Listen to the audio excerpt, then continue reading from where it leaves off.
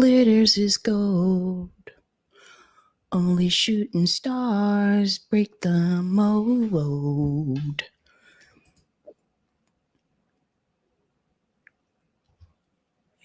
Okay, Rockfin, you're always the one that I'm waiting on.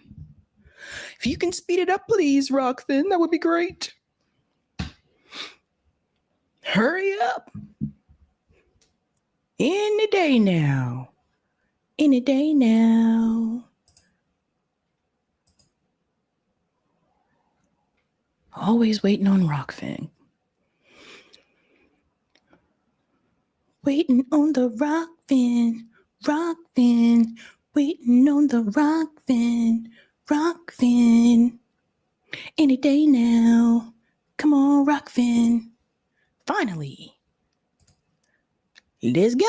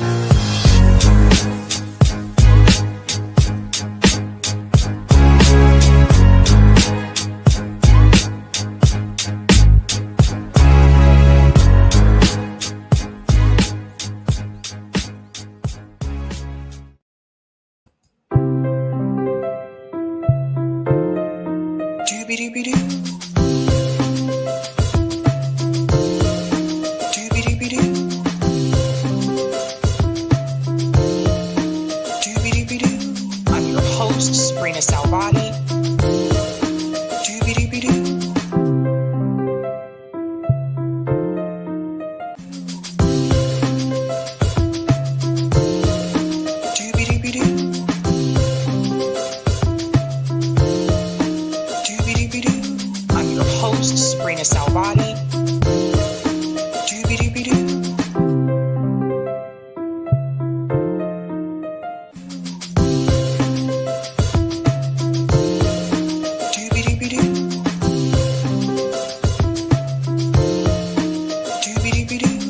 I'm your host, sabrinasalvati. I'm your host, sabrinasalvati.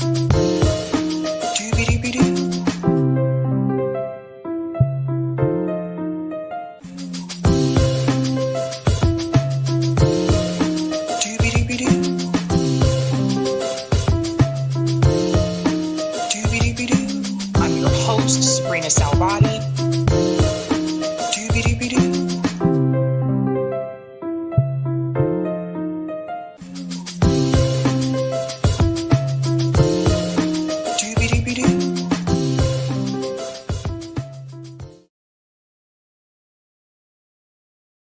All right. Happy Friday, ladies and gentlemen. Welcome to Sab's podcast. I'm your host, Sabrina Salvati. If you're new, I want to let you know that Sab's podcast is a part of Revolutionary Blackout Network. You can catch me there on Thursdays for the Sabby and JB show. And you can catch me here on Tuesday, Thursday, Friday, and every other Sunday. I want to give a shout out to everyone watching on YouTube, Rockfin, Twitter, and Rumble. And welcome back, fam. Long time no see. We have very, very interesting stories tonight. The theme is turn the page. And I want you to ask yourself, as we get into each of these stories, are our subjects ready to turn the page? That's what I want you to ask yourself. It is Friday. We don't usually do call in on Friday, but we are tonight because we didn't get a chance to do it last night. So stay tuned for that as well. I'm going to start out by giving shout outs to people in the chat. What's going on, Tyrone? South Carolina, present and accounted for. B1 FBA, Black Native USA. What's up? I wonder if you're in Columbia. I used to live in Columbia, South Carolina. Shout out to S. Don. Power to the people, Bay Area, say it loud. There's a lot of people from California that watch. Shout out to Max. Cenk Uygur. I've started referring to him as Cenk Useless. Greetings, Gigi. Hello, Sabby. So glad to have you for another live on Friday. Until Cenk or Anna address the student loan crisis, I could care less what sales pitch Fred Flintstone and Wilma have to, you said Fred Flintstone, and Wilma have to say. I'm surprised they haven't covered that yet. I thought everybody has talked about that now. That's interesting. Greetings, vote Green. All progressive Democrats should leave the Democratic Party and join the Green Party. This Civil War rebellion will only hurt the Democratic Party in 2026 and 2028. Vote Green, vote third party. Shout out to Tim. Don't forget your YouTube plaque, Sabby. And as always, free Palestine, free Sudan and the Congo. Hello, beautiful souls in the chat, Sabby and Eric T. Red, doobie-doobie-doo, and let's stop the psychopathic Zionists. Thank you again for reminding me to put my plaque up. It's one of those things I just keep forgetting. I don't know why. Thank you. Jimmy says, hi, y'all. And F. Jink Zio Scum. Greetings, CBC voter says, happy Friday. Fish Day, Sabby Sabs and Eric T. Red. Call in tonight. Zoom. Greetings, Lawrence says, free Palestine. Shout out to Thon says, happy Friday, fam. Oh, hell no. To Jink Justice Democrats 2.0. Greetings, Robbie says, remember, Jink just wants a policy win. Shout out to Hannah says Cenk new grift. Oh, wow. I wonder what that poll shows. When you get a chance, guys, don't forget to answer the poll question. That's interesting. Greetings, Megay says Cenk rebranding again. Shout out to Simply Anthony. Damn, switch your style up, then watch your money pile up. Shout out to DJ Leader, Fab Friday, Sabby and fam. I'm at work today, so I'll have to catch most of the show on my breaks and at home tonight. Greetings, C. Shada says, hey, Sabby. What's up, C. Shada? Shout out to Brown Bunny says, seated for Miss Salvati, and Cenk hired Brianna Wu for his sorry ass scheme. So we know it's a flop. We're going to get into that tonight. Sasson says, what is Cenk up to now? We'll get into this, ladies and gentlemen. Shout out to Arcane says, love. And Greetings, USA says, hello from Michigan. What is up, fam? How you doing out there? Shout out to Salak says, hola, Sabby. Greetings, PB World says, keep up the fight. Shout out to Medi says, salam. Greetings to, of course, Eric T. Red, keeping it real in the background, says, happy Friday, peeps. Greetings, Ali says, hello, everyone. Shout out to Roger says, USA forever, you in Michigan. Greetings, LaRonda says, hello from Kansas City, Missouri. What's up, fam? Hello, Nene from the Pacific Northwest. People from all over. And greetings, Kyle says, happy B-Day. It's not my birthday. Oh, we have a birthday. Oh my gosh. Shout out to Mark Pugsley. Thank you for this. Sabby, here's $10 for my 69th birthday. Holy cow. Let's give a happy birthday to Mark in the house. Congratulations, Mark. Doing the damn thing. And greetings, Rose says, happy Friday, Sabby and Sabby crew. We are going to go ahead and dive right in, ladies and gentlemen, because like I said, we have quite a bit to discuss, and we do have call in tonight after the show.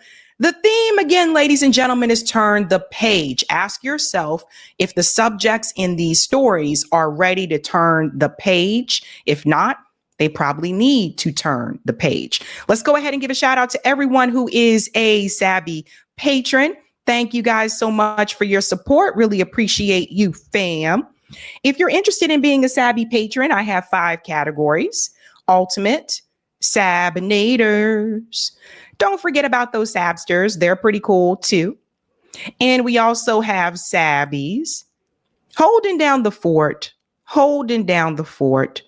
And of course, we also have members. All of their names are listed here. And you can also see their names scrolling across the bottom of the screen on the ticker. Thank you guys so much. Appreciate all of you. Yeah. All right, guys. What are we discussing tonight? So we did not cover the craziest news stories last night. So we are covering a crazy story tonight. Let's go ahead and show that thumbnail, ladies and gentlemen, and we'll go ahead and hop right in. I don't want to keep you waiting any longer than I have to. Tonight, ladies and gentlemen, we are discussing, this is a big one, Candace Owens checks Donald Trump. This is, I think, the second time since he has been elected, where Candace has decided to call it like she sees it. And I think many of us were concerned that she would not push back, but she's definitely pushing back. And this is the second time that I've seen. So we're going to get into that. We're also going to discuss, oh, buddy. Cenk Uygur new project. When he was here last time, I think this was like last week, when he was here, he said that he was starting a new project. And now he has officially announced that. And he's doing, I guess, like a podcast tour to talk about that project. And we're going to dive into that because there's some things I noticed about that particular project. And we'll see how you guys feel when we look at those poll results. We're also discussing, this is a big one, Teslin Figaro. I hope that's how you pronounce her last name. Teslin Figaro. She is from Bernie 2016 campaign, sounding off here about Dem party changes. That is David Hogg there in the picture next to her, who is apparently trying to change things with the Democratic Party. He's the vice chair of the DNC. And now they are trying to push him out, as I predicted. So we're going to get into that as a combo. We're going to talk about what the DNC is trying to do to David Hogg, and then we're going to pivot to what Teslin Figaro just said recently in 2 interviews about this type of path and journey that David and Bernie and AOC are trying to do. She knows from experience. So you're going to hear what she had to say about that. We are also discussing, and I've been waiting to talk about this. I had to read up on this quite a bit before I would cover it, but the retrial is happening now. We are going to get into this Karen Read trial. Now, this is a huge case here in Massachusetts. It is a very high profile trial, and Karen Read is the defendant. And I want you to ask yourself, do you think Karen Read is innocent or guilty? Karen Read says that she is being framed. So we're going to get into that conversation. And we also have the craziest stories of the week. This one is about an NYU student where something crazy happened to her. She has every right to be angry. And it's not the first time I've seen something like this. So we'll get into all of that. Again, ladies and gentlemen, the theme is Turn the Page. If you haven't done so, smash the like button. Thank you. If you're new, don't forget to like, sub, and share, just like a Care Bear. Let's go ahead and dive into this first story here. David Hogg is the vice chair of the DNC, and he's also very vocal. He was a part of March for Our Lives. He was a part of the Parkland school shooting. He was one of the members that was there, and he's been doing like a podcast tour where he is discussing how he is trying to raise money to replace the incumbents in the Democratic Party. He says that some of these people got to go, that they're too old, that they're holding us back, etc. Well, as I predicted, because he has been very, vocal about this, there are consequences that come with that from the chair of the DNC and the Democrat Party leadership. They are not happy with what David Hogg is trying to do, which is interesting considering the new approval rating shows that the Democratic Party is seeing new lows. Everybody needs to pay attention to this. You would think with these numbers, they would get together and say, listen, we got to do something different, but that doesn't seem to be the case. Check out these numbers, and then we'll get into this ultimatum that they gave David Hogg. Yeah, this, I think, is a revolt that is going on within the Democratic Party right now, Democrats and their leaders. I mean, take a look nationally. Hello, Democrats on Dem leaders in Congress. The belief that they will do the right thing when it comes to the economy. Last year at this time, 80% believed that the Democratic leaders in Congress would do the right thing when it comes to the economy. And keep in mind, this is Democrats. Look at where we are now. That number has been slashed in half to just 39%. Holy Toledo. He's right. it doesn't really make any sense because the Democratic Party right now is not in charge, right? They're not in the White House. They don't have the White House. They don't have the House. They don't have the Senate.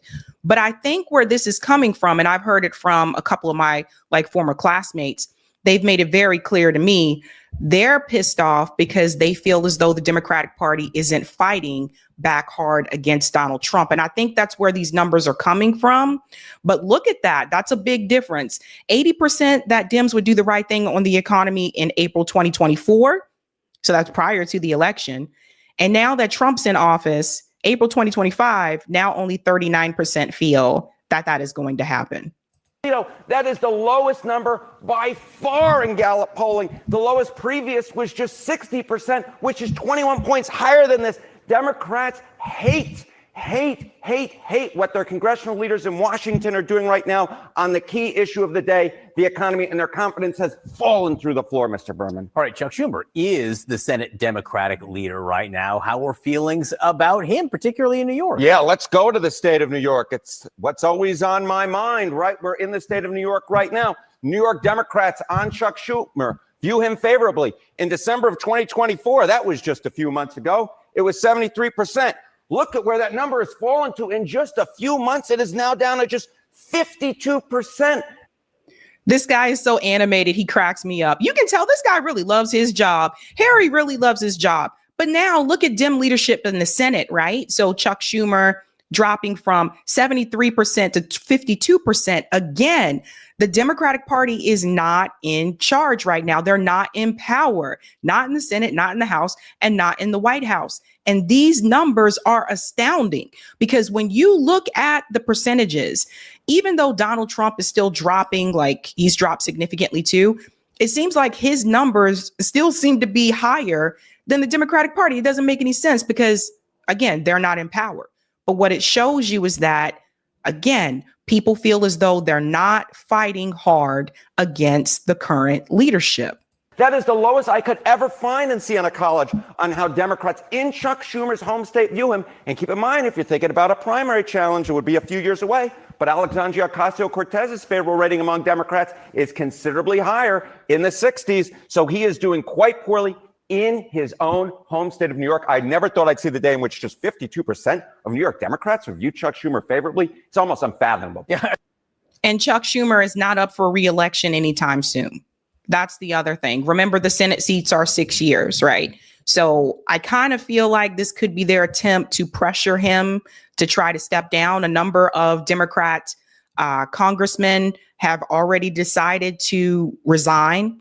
So I wonder if that's what they're doing with this. They're trying to pressure him to step aside, just like they did Biden. The footnote, the tiny footnote here, I think it will look much bigger to the Schumer team this morning as they look at that. When you're talking about Chuck Schumer, why? Is there an answer to the question? Is there an answer to the question of why his ratings dropped? Yeah, it's because they simply don't like the job he's doing as Senate leader. I mean, look at this. Should Schumer stay as Senate leader? Again, according to New York Democrats, just 50% say yes. Look at this number. 48% say no. This screams siren should be going off. Primary challenge, primary challenge, primary challenge. When you're a Democrat in New York and these are your ratings, this is a big wake-up call if you're Chuck Schumer, John Berman. Harry Etten, thank you very much. I'm glad we're using last names this morning. Sarah. Using full name. That guy's very excited about his job. So, yeah. You would think that would be an alarm to Chuck Schumer, but it's not. In fact, the Democratic Party is continuing to go on the same course that they have for as long as I can remember. Now, I wanted to show you that because one person, again, like I said, David Hogg, who's the vice chair of the DNC, he said he wants a change. He wants some of these older incumbents out of office, and he wants newer, younger, fresher energy. Well, David, you may not have to go home, but you may have to get the hell up out of there.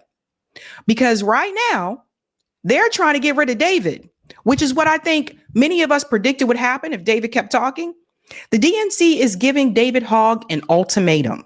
Oh, buddy. The DNC is going to force David Hogg to decide, get out of the primary game or lose his DNC post. Let's just go ahead and pause right there. What did I tell you? This is why there's no reforming the Democratic Party. Now, this is the vice chair of the DNC. It's not like David Hogg is like an entry-level congressperson. He's the vice chair of the DNC. And the chair of the DNC and other members of Democrat Party leadership don't like what he's doing. They're like, look, you need to stop raising money to try to get rid of incumbents in this party, or you're going to lose your post. Let's go on a little bit more. During a member call on Thursday, DNC Chair Ken Martin, remember that's the guy that Marianne Williamson voted for and said he would do the right thing. Does everybody remember that? Does everybody remember the conversation that Brianna Joy Gray had on Bad Faith with Marianne Williamson and one of the members of Our Revolution, where Marianne said, Ken's got to be the way, it's got to work. Otherwise, the only other option is, people are going to revolt in the streets. So she was defending her decision for voting for Ken Martin for DNC chair, even though she ran for DNC chair. And this is what we get. DNC Chair Ken Martin is expected to announce a proposal to change the party's rules to mandate all DNC officers to stay neutral in all Democratic primaries, according to a person directly familiar with the plan and granted anonymity to describe private discussions. The move comes after Hogg pledged last week to spend millions of dollars funding challenges to asleep at the wheel Democrats in primaries, igniting a firestorm inside the DNC. So that is why I feel there's no reforming the Democratic Party. This is why I continue to say this. Now, Ken Martin had the audacity to tweet this as if people weren't going to call him out. The DNC can't be seen putting the thumb on the scale for any candidate, full stop. I'll say it again. The DNC can't be seen putting the thumb on the scale for any candidate, full stop. It is our duty to stay neutral, and I take that seriously. We have to learn from the past, not risk repeating the same errors.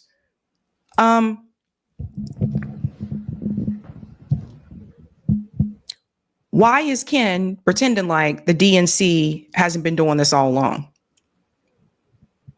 I mean, is he serious? And does he seriously think that people believe this? If you think that the DNC will not be involved in primaries, you're kidding yourself. We watched them do this to Bernie in 2016 and in 2020. And hell, just last year, we watched them select a nominee who didn't even go through a primary process. And then they lost. So the DNC, when have they ever stayed neutral? So now all of a sudden it's a problem. Now all of a sudden everybody, the DNC, you have to stay neutral. But there wasn't this push for the DNC to stay neutral when they were trying to promote and select these, I would say, center-right candidates posing as Democrats like Hillary Clinton. Can't be serious, but he is.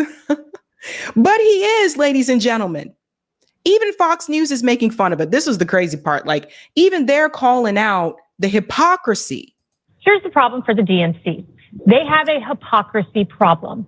A lot of people, like David Hogg, perhaps, remember Bernie Sanders in 2016 and Donna Brazile, who wrote the book, who said if the fight had been fair, one campaign would not have had control of the party. She was meaning the Hillary Clinton campaign. She said it was not criminal, but it compromised the party's integrity. Elizabeth Warren was asked, do you think this was rigged against Bernie? She said, yes. We all remember the emails that came out that talked about Bernie Sanders' religion and how that would play in Kentucky and West Virginia. Even the New York Times called into question the integrity of the DNC and their fairness there. And then we remember 2024, where not a single vote was cast for Kamala Harris. I get it was an aberrational circumstance, but I'm certain there are young people, there are Gen Z, there are progressives on the sidelines who feel like the deck has been stacked against them, and the DNC is going to have to figure that out. Ken Martin's right, but you got to grapple with the past. Here's the problem for. So shout out to Case Study QB for that clip. Fox News is basically trolling the Democratic Party right now. They're making fun of them. They're like, what are you talking about? Because one thing I will say is this: with the Republican Party, they don't have super delegates, right? They don't have them. So there is no, I won all of these counties in this state, but the super delegates decide to give it to someone else because they don't have to deal with that issue. Democratic Party can do the same thing if they wanted to. Like I said, if they wanted to. And that leads me to Teslin Figaro. Teslin Figaro worked on the Bernie 2016 campaign. And Teslin has been very vocal about some of the mistakes that were made during that time and some of the mistakes that are being made right now.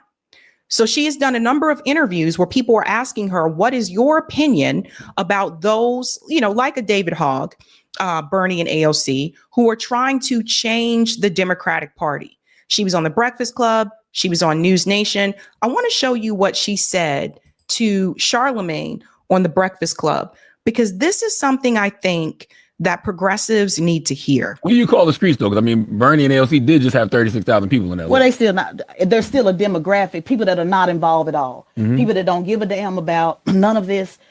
Bernie Sanders demographic, and I'm just going to be honest, the progressive demographic, the Rainbow Coalition is white liberals.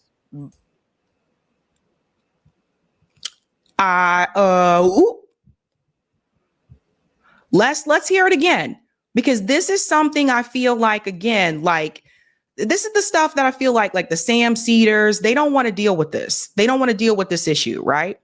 But people need to hear it. I mentioned it as well. I'm noticing a difference in the crowds that I see at these rallies. I don't see too many people that look like me. And that says something. And it's not just the Bernie and AOC rallies. It was also the anti-Trump protests that happened a couple of weeks ago, the hands-off protests. Again, I'm looking at the crowds and I don't see too many people looking like me. Even Don Lemon, someone sent me this clip, even Don Lemon told his audience not to participate in those hands-off protests, to stay home. He said, Black people stay home. Hear it again. This is stuff people don't want to deal with it. What do you call the streets, though? Because Bernie and AOC did just have 36,000 people in that. Well, there's still a demographic, people that are not involved at all. Mm-hmm. People that don't give a damn about none of this.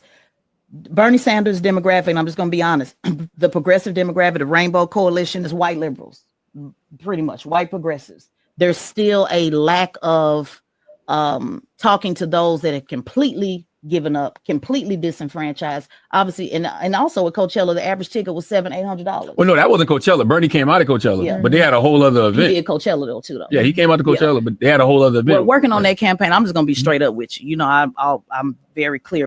We'll pause there for a second. Lauren said Sabby is correct. The crowd is definitely not as cute as our Sabby. Oh, that's really, really, really sweet. There's a reason for this as well. I want to make this very clear. Sometimes you have to meet people where they are, right? So we talk about this with mutual aid as well. You have to go to the people. You cannot expect the people to come to you. And what I've said this over and over, these crowds, these rallies that Bernie and AOC are having, what you see is that they are going to places that don't have much of the Black population, which is a group that the Democratic Party needs in order to win. And if the Democratic Party, if they don't fix that, they'll see Black people staying home again. Because that's really why Kamala lost, because a lot of Black people stayed home. People stayed home. What, it was roughly 6 million people altogether that stayed home. Now, she won the Black female vote, but not the Black male vote. And when you put those two together, you see her percentage is lower than Biden and Hillary and, of course, Obama with Black voters. This is something they don't want to deal with. And to be honest with you, I feel like what I saw from the progressive movement, I feel like they don't want to deal with it either. I really do. And I look back on it sometimes and I'm thinking, I thought at that time, everybody was progressive and wanted progressive policies and all those things. And then I look back on it and I was like, nah, I think a lot of these people are just liberals and they just wanted healthcare. Because how else can you explain trying to make the excuse for Kamala or trying to make the excuse for Crime Bill Joe, right? Meeting people where they are that means going to them. And the places they've been going to, I really see, I'm talking about Detroit, Baltimore, Jackson, Mississippi, Flint, Michigan. I mean, places that have been hit by environmental issues. Go to Louisiana, where Cancer Alley is, and it impacts and affects Black communities. It's things like that. Like, they're not going to us, but they want our vote. And when I say this, sometimes people who are liberals, they'll look at me and they'll get upset and be like, you want Trump then? You want Trump? No, I want respect. Because you see, the difference is Donald Trump goes directly to his base. And it's just really weird to me that the Democratic Party doesn't want to. And I'm not going to sugarcoat it for you. I'm not going to say that they don't understand. They do understand. We're going to stop 2025. There is no more they don't understand. They do understand. They choose to ignore us on purpose, because if they do come to the Black community, they're going to have to hear about a whole host of issues that their platform and their agenda isn't willing to deal with. That's really what this is about. Let her continue on. About my position with Bernie Sanders. He is talking to a very progressive, white ran movement to me. And even if you're Hispanic, it's still white adjacent. It's still, as long as we get everybody who make money out the way, as long as everybody make $15 an hour, all will be well. He struggles with dealing with race. I'm saying it as his former racial justice director. Also, everybody ain't mad at rich people, Charlamagne. Like, some people really trying to get the bag. So those conversations, and I know what they mean with the elite, the top. Yeah, I think the fighting oligarchy tour is a good message, but I think it's it's not a hypocritical message from Bernie Sanders and AOC, but from majority of the Democratic Party is a hypocritical message, because they all taking money from the billionaires and the corporate lobbyists. Well, the hood don't know who the oligarchy is. How do you say it? Fighting oligarchy. They don't even know what the hell you're talking about. That's a good point that she brought up as well. The oligarchy thing. Those of us who are politically, I would say, like, you guys are politically engaged, meaning that we're not just paying attention to politics when it's time for the presidential election. We know what they're talking about, right? But there are a lot of people that don't. I mean, why not something as simple as fight the rich? Right? Because that's what Shama Sawant and Jill Stein had for their event in Seattle. It was fight the rich and their corrupt two parties. Very simple. Everybody understands that, right? But these are the kind of things they don't want to hear. That's why you don't see them bringing, they'll bring her on Fox News, but I don't see them bringing Tesla on like CNN or MSNBC, because this is real talk and people have to hear this. Like, people are tired. You guys thought I was joking. And people are like, we have a Black female presidential candidate, and look at all those Black people that stayed home.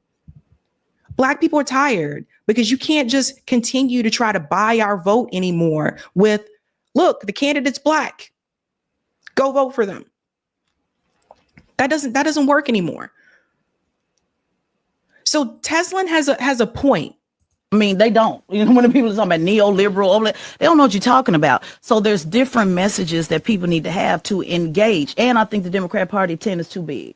It's too big. Oh, I agree with that. It needs to be broken down. Everybody's not going to relate to Bernie Sanders. Everybody's not going to relate to AOC. Everybody's not going to relate to Jasmine Crockett. Everybody's not going to relate to me.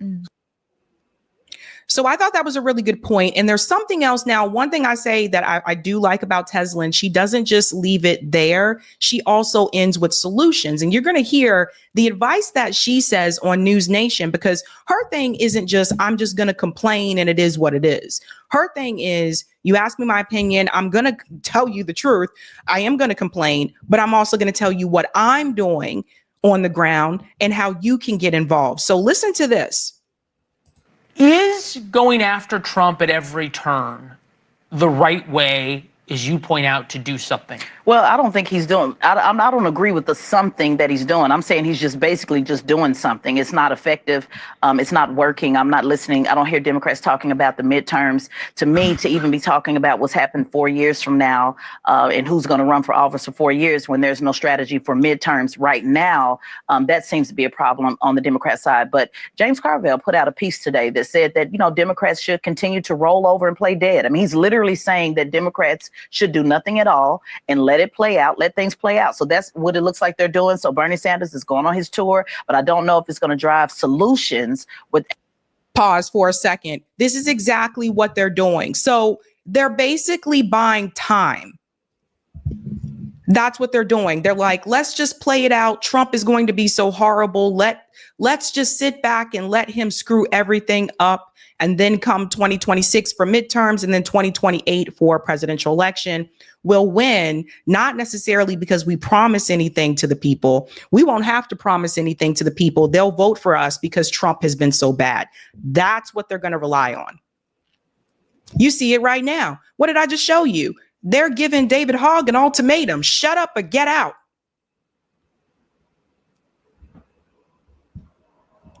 So then we get into solutions. Actually getting people to get involved, run for office and so forth. So we'll just see. You think about this list of potential presidential candidates, because that's really where this is. You get somebody who becomes a leader, and then you get somebody who then pushes the party forward. Whitmer, Polis, Murphy of Connecticut, Gavin Newsom, J.B. Pritzker, Josh Shapiro, governor of Pennsylvania, Wes Moore of Maryland, Andy Beshear of Kentucky, Alexandria Ocasio-Cortez of New York. If you've got to ask yourself, who is the inspirational leader among these people? Doesn't that kind of answer the question? I'm going to be honest with you. People are not inspired right now. If folks are sitting up talking about what they're going to do in 2 or 3 years, when again, right now they're not providing solutions. I'm just a regular layperson. I just did a town hall in Atlanta. We had over 200 people standing outside in the rain to be able to find solutions to know what they can do in their community right now. So I challenge. When you say find solutions to do what they're in their community, what do you mean by that? What are you talking about? Notice how he cut her off as soon as she started to talk about solutions. Everybody see the game that's being played? I'm like, she wasn't even finished speaking. What do you mean find solutions? Well, I run a training myself. I train folks on how to run for office, which is nonpartisan, how to run for office, how to work on campaigns, how to be an organizer, how to be an activist. I mean, I literally train hundreds of people a year with no budget, no Democrat Party backing me, no Republican Party backing me. This is just something that I just do because it needs to be done. There were people who were standing outside in the rain begging for solutions. So they hear a lot of rhetoric on podcasts. They hear a lot of rhetoric on TV from Democrats, Republicans. This is wrong, that's wrong, but they're not actually providing the solution. It's great to have people stand in the stands for Bernie Sanders, but he failed with that in 2016 when I worked his campaign. He had plenty of people that came to the stands, but never really had a strategy on how to get them to the polls. So there's a lot of talk and not enough walk. We used to think about the idea of somebody who was a Bernie voter in 2016 who was going to cross over and become a Trump voter. And there turns out to be an enormous amount of those people. Teslin, thank you so much. Fascinating conversation. Teslin here, I think, is spot on. So did you hear what she was talking about? Teslin is focusing on local action. She's helping people locally. This is something that I've continued to push.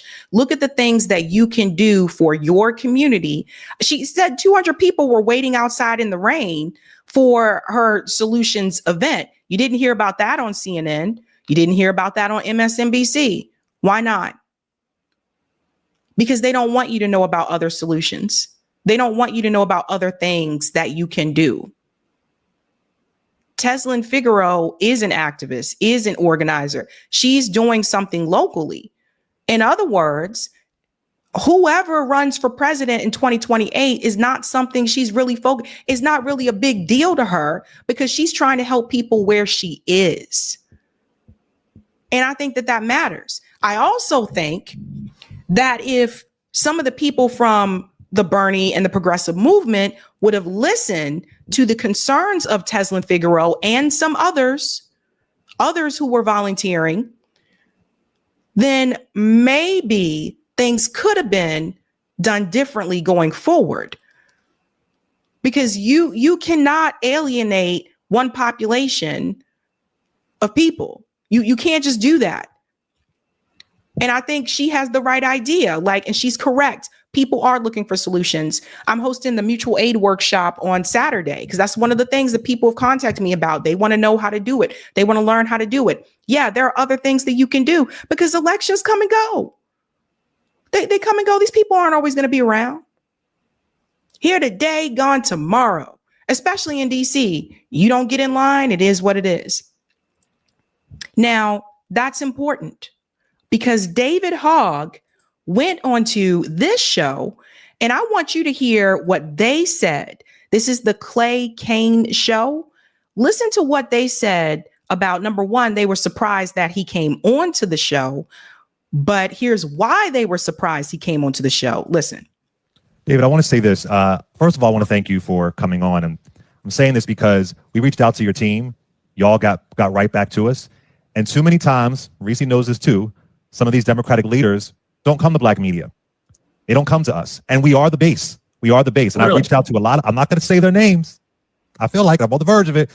You are here, you're a young man, and you came and your team responded immediately, and you made it a point to come here and to dialogue. So part of it is that some of these Democrats have this media elitism. They only go on CNN and MSNBC, and Reese and I go on those shows, that's great. But here we are 5 days a week talking to the base, and it's hard to get them to come on. And I really value that you showed up and answered these questions, and we were able to at least have dialogue because a lot of them aren't talking to the people. Having your 5-minute clip on legacy media is not enough. We're talking to the people, phone calls every single day. So I really appreciate you coming on and dialoguing with us. It means a lot. Happy to be on. And I hope that there are more in the future. Maybe some of our potential future candidates can come on.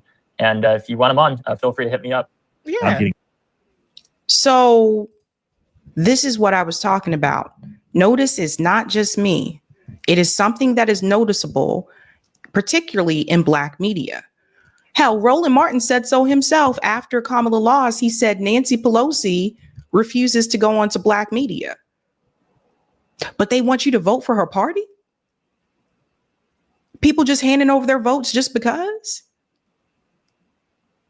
It's a running theme. If you guys pay attention, you'll notice. Again, I'm anti-duopoly. I don't participate. I'm not for the Democratic Party or the Republican Party, right? I vote third party. I vote independent. I organize within my community. That's what I do. So I can understand why they would say no to me or ignore me. I don't understand why they would ignore people who are said Democrats and who do promote the Democratic Party. Like Clay here, this show in particular is not anti-duopoly. Last I checked, they pretty much support the Democratic Party. They complain about some of the things that they feel need to change, but they are pro-Democratic Party.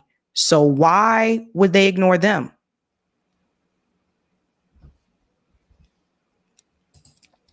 I think that if people think that the Democratic Party can be reformed, I think you're holding on to a pipe dream. I really, really do. They don't even want David Hogg there. He just started and they're telling him, shut up or get out.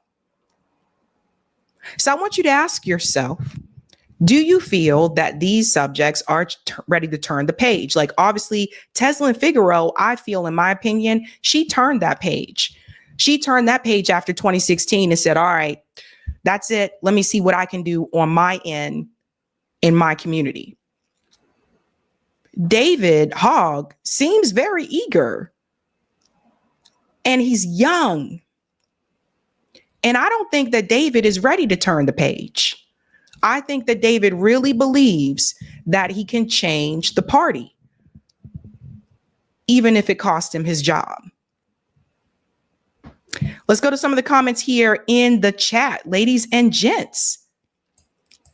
Bryce says, whoops, I meant to say what? Cenk on again? No. Cenk is not on. No, he's not on again. Child of God says, cut the check or the couch is going to win by a landslide again. Mouse says, I voted Stein because I have a heart and a conscience.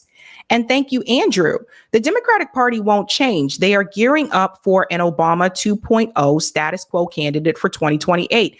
Hey, come back and find me here 2028, because I want everybody to remember this year, because I see a lot of people holding on to this pipe dream. And I think a lot of these people in particular the more veteran podcasters are going to be wrong come 2028. And when that happens, you can come back to Sabby Sabs and I'll be like, sup. I will still welcome you with open arms, but they were wrong about 2024 and I was right about 2024. So keep that in mind. All right, guys, we're going on to a hell of a story. So make sure you get some popcorn, tea, get comfortable, whatever you need to do, because it's about to get crazy. Even if you want to take some notes, because this is one of those cases of what not to do. I don't know, but it's wild. Smash that like button. Thank you. And we're moving on. Oh my God. I've been waiting to cover this. So,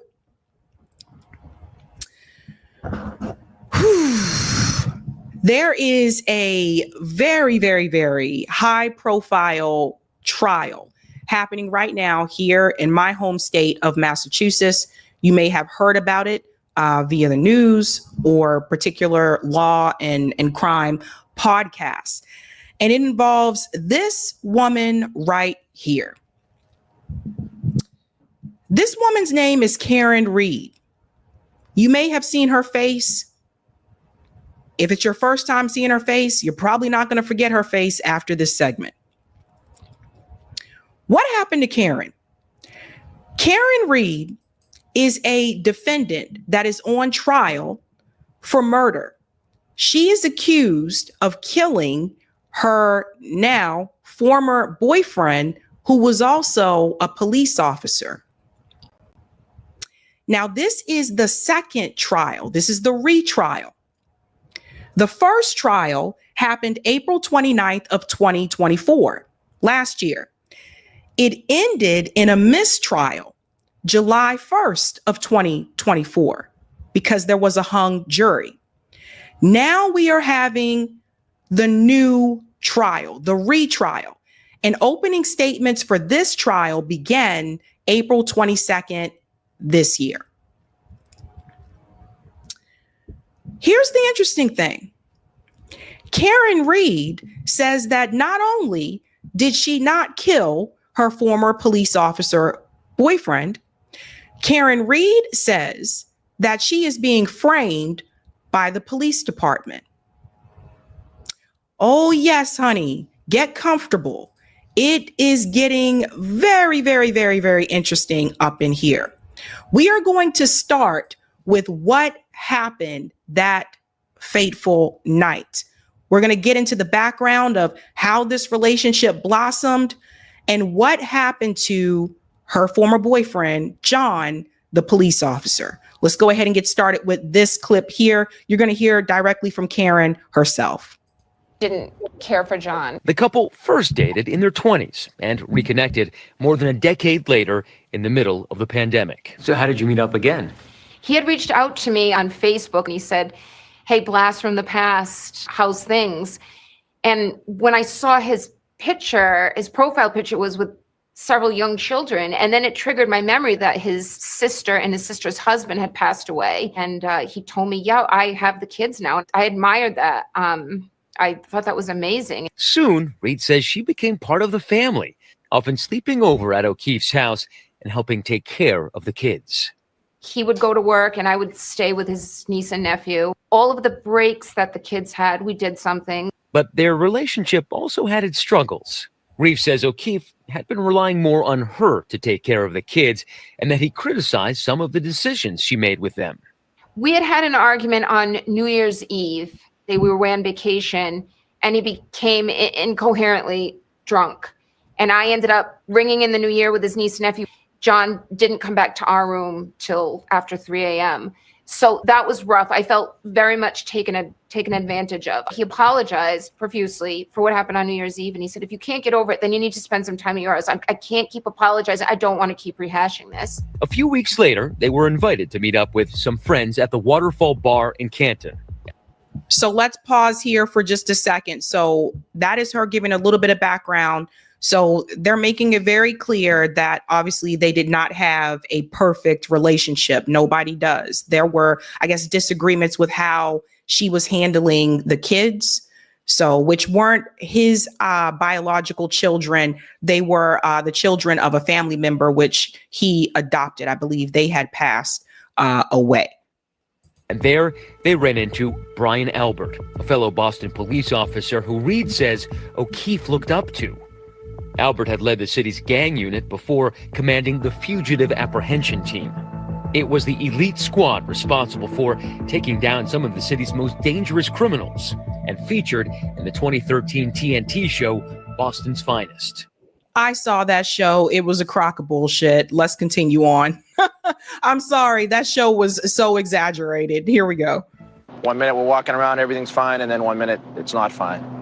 Both times I met Brian Albert, he seemed like the type of person that you'd be surprised he's out socially because he doesn't seem like he ever wants to be there. But at the bar, Reed says there was an invitation to continue hanging out at Albert's home.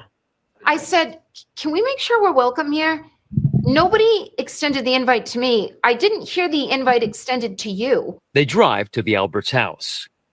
What happens next is disputed. So I pull at the foot of the driveway. It's snowing. John has no coat on. It's windy.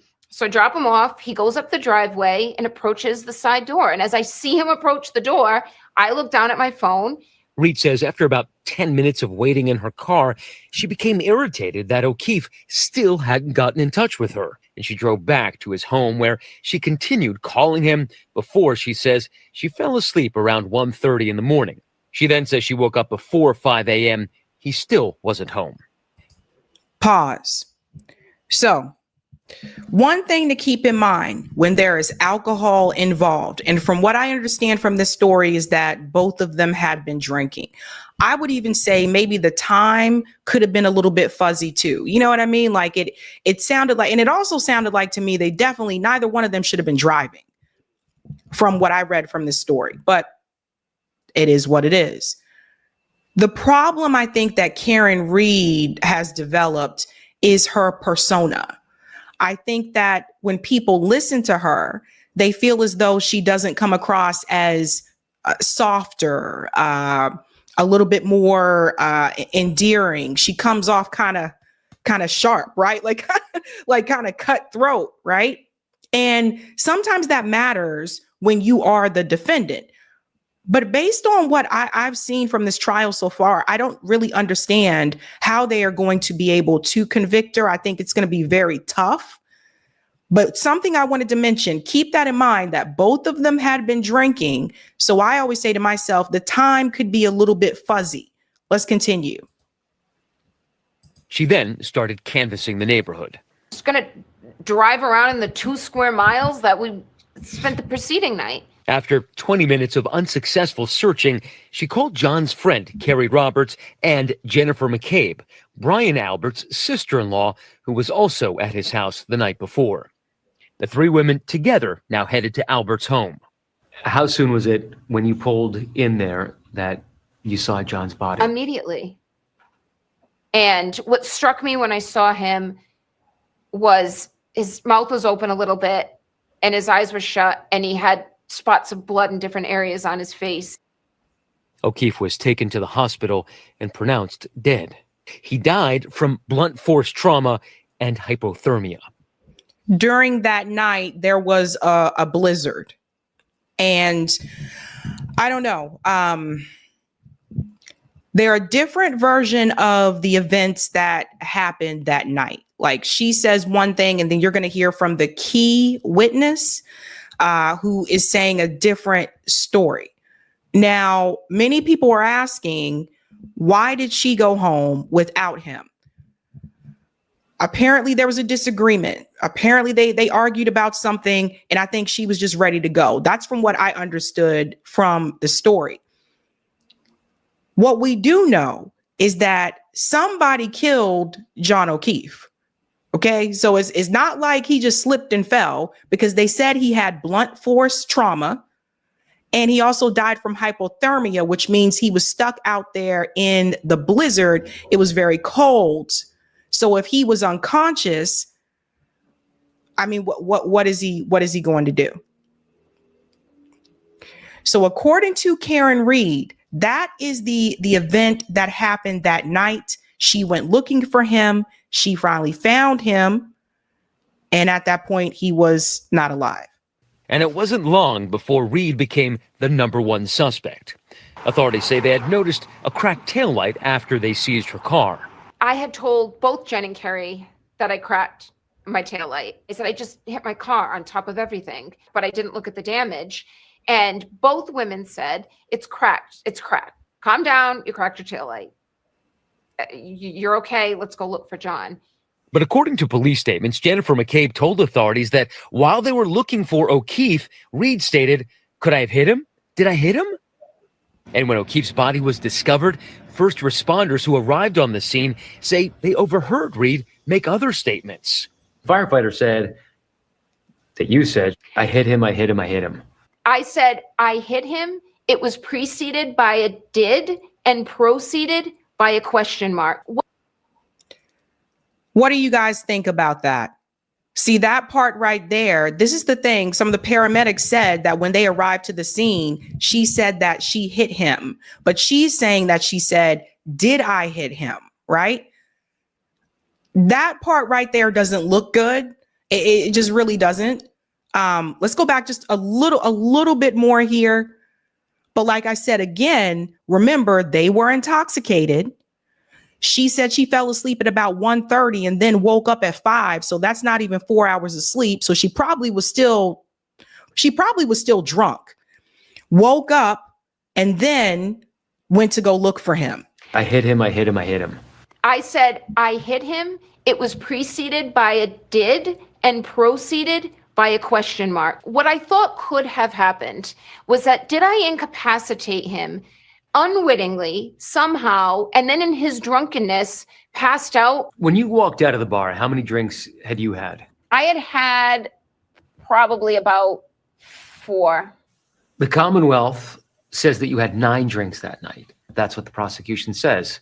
I don't believe they're saying I wasn't in my right mind. Well, they were saying you were intoxicated. Is it possible that you might have hit him unwittingly in your admittedly very large SUV? No, not possible. Okay, so this is what I was saying about the alcohol. She said she had 4. They're saying that she had 9 drinks. I mean, there is a big difference between 4 drinks and 9 drinks. First Amendment said 9. Damn. I'm like, yeah, I know. That's a lot. And what type of drinks? Was it beer? Was it hard liquor? I don't know. We don't really know. But in this particular interview, it doesn't make her look good, right? Like, this is what I'm saying. We're going a little bit more here, and then we're going to get to the witness. Possible. 3 days after O'Keefe was found dead, investigators arrested Reed for manslaughter. She was eventually indicted on second-degree murder. Investigators reported they found fragments of broken glass on the rear bumper on Reed's vehicle, and that a broken cocktail glass was found by what appeared to be patches of blood near O'Keefe's body.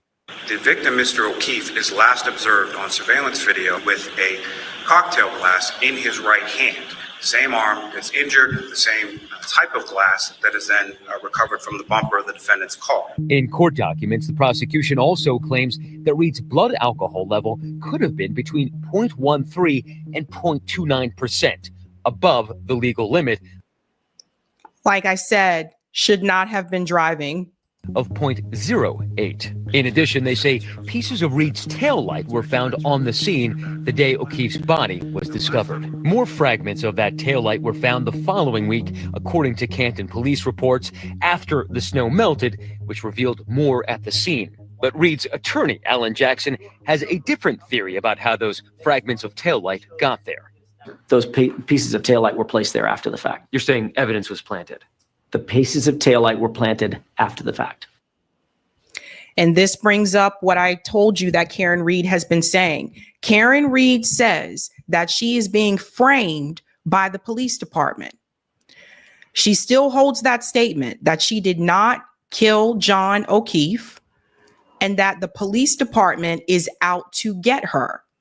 And I'm curious to hear what you guys think about that, because it wouldn't be the first time. It would not be the first time that I've heard something like that. Now, we have to go to the witness, because this is the part, I think, that has people up in arms. Again, We'll get to this part first. She did another interview, and I don't even know if this is the best thing, but her lawyer is sitting right next to her.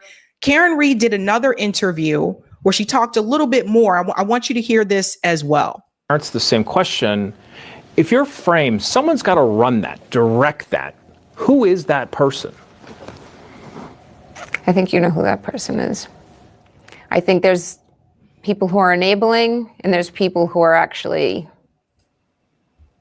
moving pieces. But is your theory that it's people inside that house, 34 Fairview, who sort of called the shots from the beginning, or someone high up in law enforcement? I don't know the interconnections, the interpersonal relationships among these people.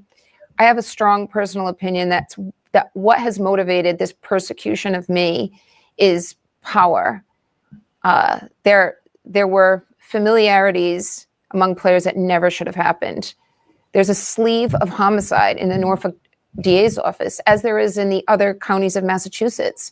And yet the person assigned to investigate this case, ostensibly investigate this case, lives a mile down the street from the crime scene.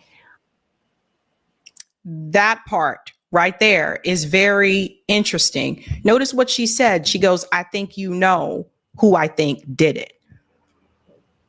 And the location there seems to be pretty interesting. They live a mile down the street from the crime scene. The person who's investigating the case could be a coincidence, but very, very strange.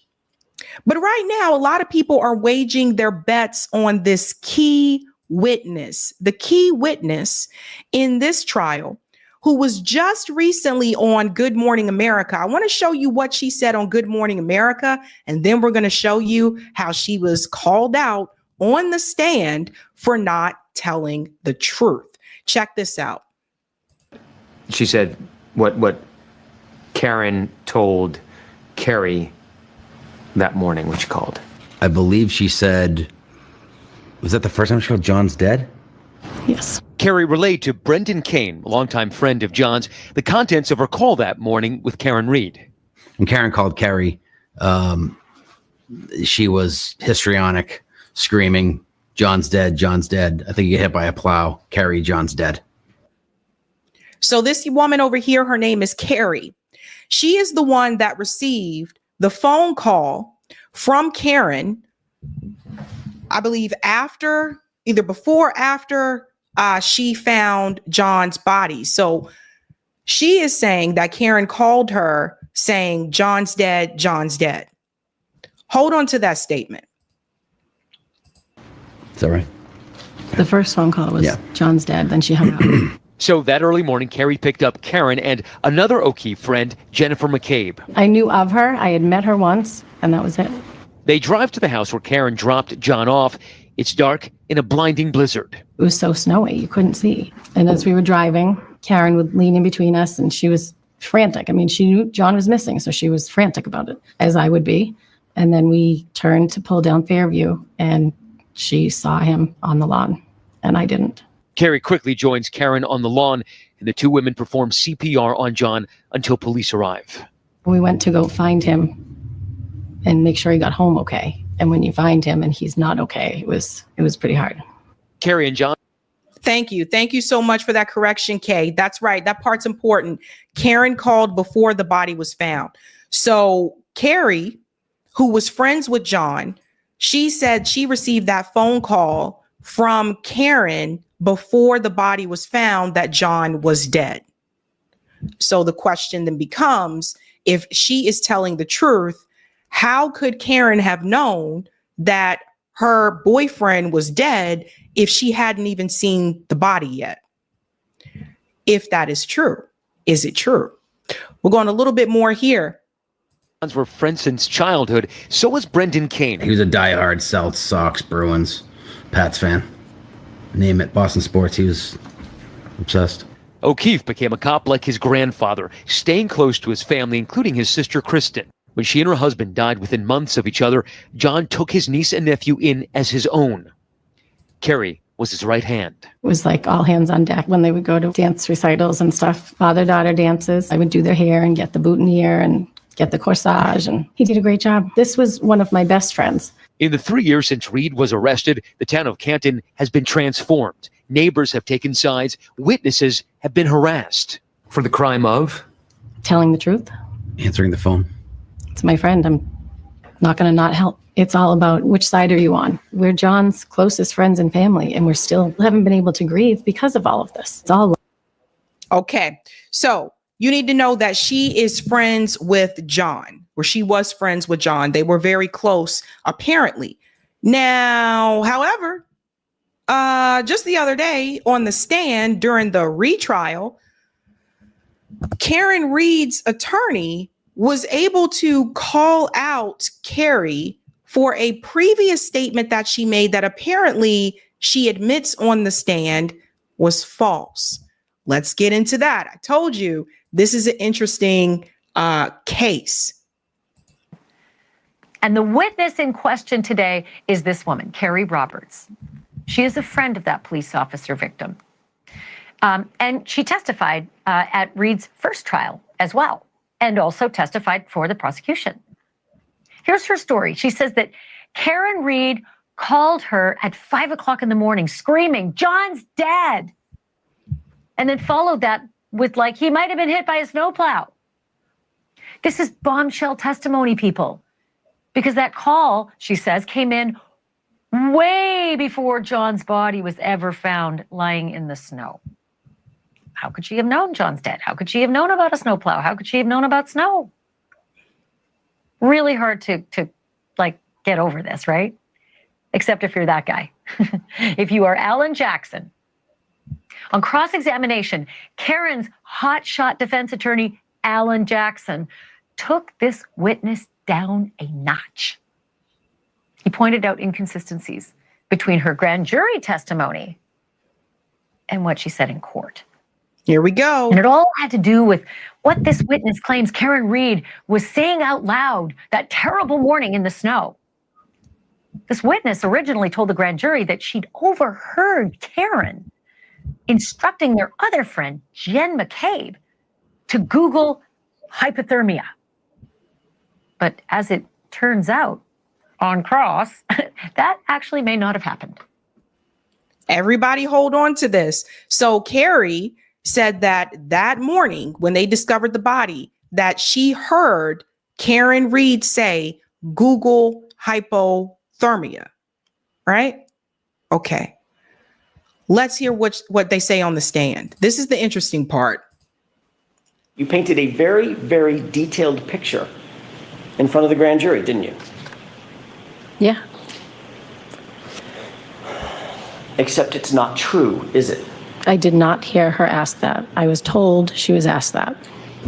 The answer to my question, Ms. Roberts, and I'm not a trick question, what you told the grand jurors was not true. You never heard her, my client, ask anyone to Google anything, did you? I did not. And yet that's what you testified to under oath, under penalty of perjury in front of the grand jury, didn't you? I did. And the reason you did that, the reason that you said that false statement was because someone told you to say it, correct? Object. Is that, I'm going to let her answer that. Nobody told me to say it. This woman has been caught lying to a grand jury. She is now saying that she did not hear Karen Reed say that. Now, this is important because she is the key witness in this case. She's the one that said she received the phone call from Karen Reed. She's the one that drove in the blizzard trying to find John's body with Karen Reed. She's the one who was supposedly there with her when the paramedics showed up to get John. So if what she said about that was false, what else did she say that was false? And that brings up another question about perjury, because now people are asking about that. People are saying, well, she basically committed perjury. But let me tell you what Massachusetts says. I think you might be surprised. This is pretty interesting. Watch this.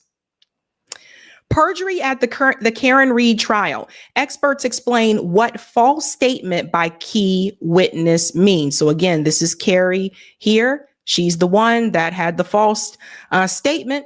We went over the dialogue there, and I just want to show you what Massachusetts says. A retired Massachusetts judge isn't so convinced about the perjury. He said the admission amounted to a prior inconsistent statement, but perjury, ? If they prosecuted this person for a prior inconsistent statement, there would have been hundreds and hundreds of perjury cases. This is coming from Jack Liu. He's a mediator and an adjunct law professor at Boston College. He served on the Massachusetts Superior Court as a judge for 16 years. Perjury charges are fairly unusual, he goes on to say, and they are difficult to prove. State law makes it a crime for someone to willfully give false statements in a material matter while under oath. In other words, to make intentional material misstatements, to intentionally lie under oath, according to Liu. Those misrepresentations must be consequential.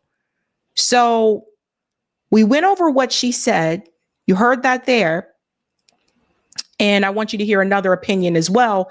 Not an earth-shattering score. Wednesday's testimony rose to potential perjury ? From Liu. No, that is not perjury. I wish the defense all the luck, but that is not an earth-shattering score. If I were to analyze legal merits, I would hope that the defense has more than that. The retired judge said that Roberts made some mistakes during her testimony, but pointed out that she likely does not have meaningful experience in courtrooms. He said she seemed eager in trying to convict Reed, but added that in civil or criminal cases, it's a terrible idea to jointly come up with a timeline with another witness. He goes on to say that she shouldn't have done that. If she's losing sleep for claims of perjury, however, they should sleep well. However, another legal expert goes on to say, his name is Daniel Medwood. He's a professor at Northeastern University. He said he could not weigh in on Roberts' specific testimony, but described perjury more broadly. Accidents, mistakes, or slip-ups about minor things typically don't rise to the level of perjury. So, and I think people have different opinions about this, about whether or not she did commit perjury, but it doesn't look good for the prosecution. And it does, in my opinion, help the defense. Now, speaking of the prosecution, there's something I think that you should know. I found it pretty interesting that the attorney who is representing the O'Keefe family, you have to see this. His name is Hank Brennan. Who is Hank Brennan? Wait till you find out who he represented. Karen Reed murder trial. Who is the new prosecutor, Hank Brennan? Check this out. Let's get down to here. Brennan is a former prosecutor in Essex and Suffolk counties who now works primarily as a defense attorney. He represented mobster James Whitey Bulger in his federal murder trial in Boston. So the prosecutor is the same person who represented Whitey Bulger.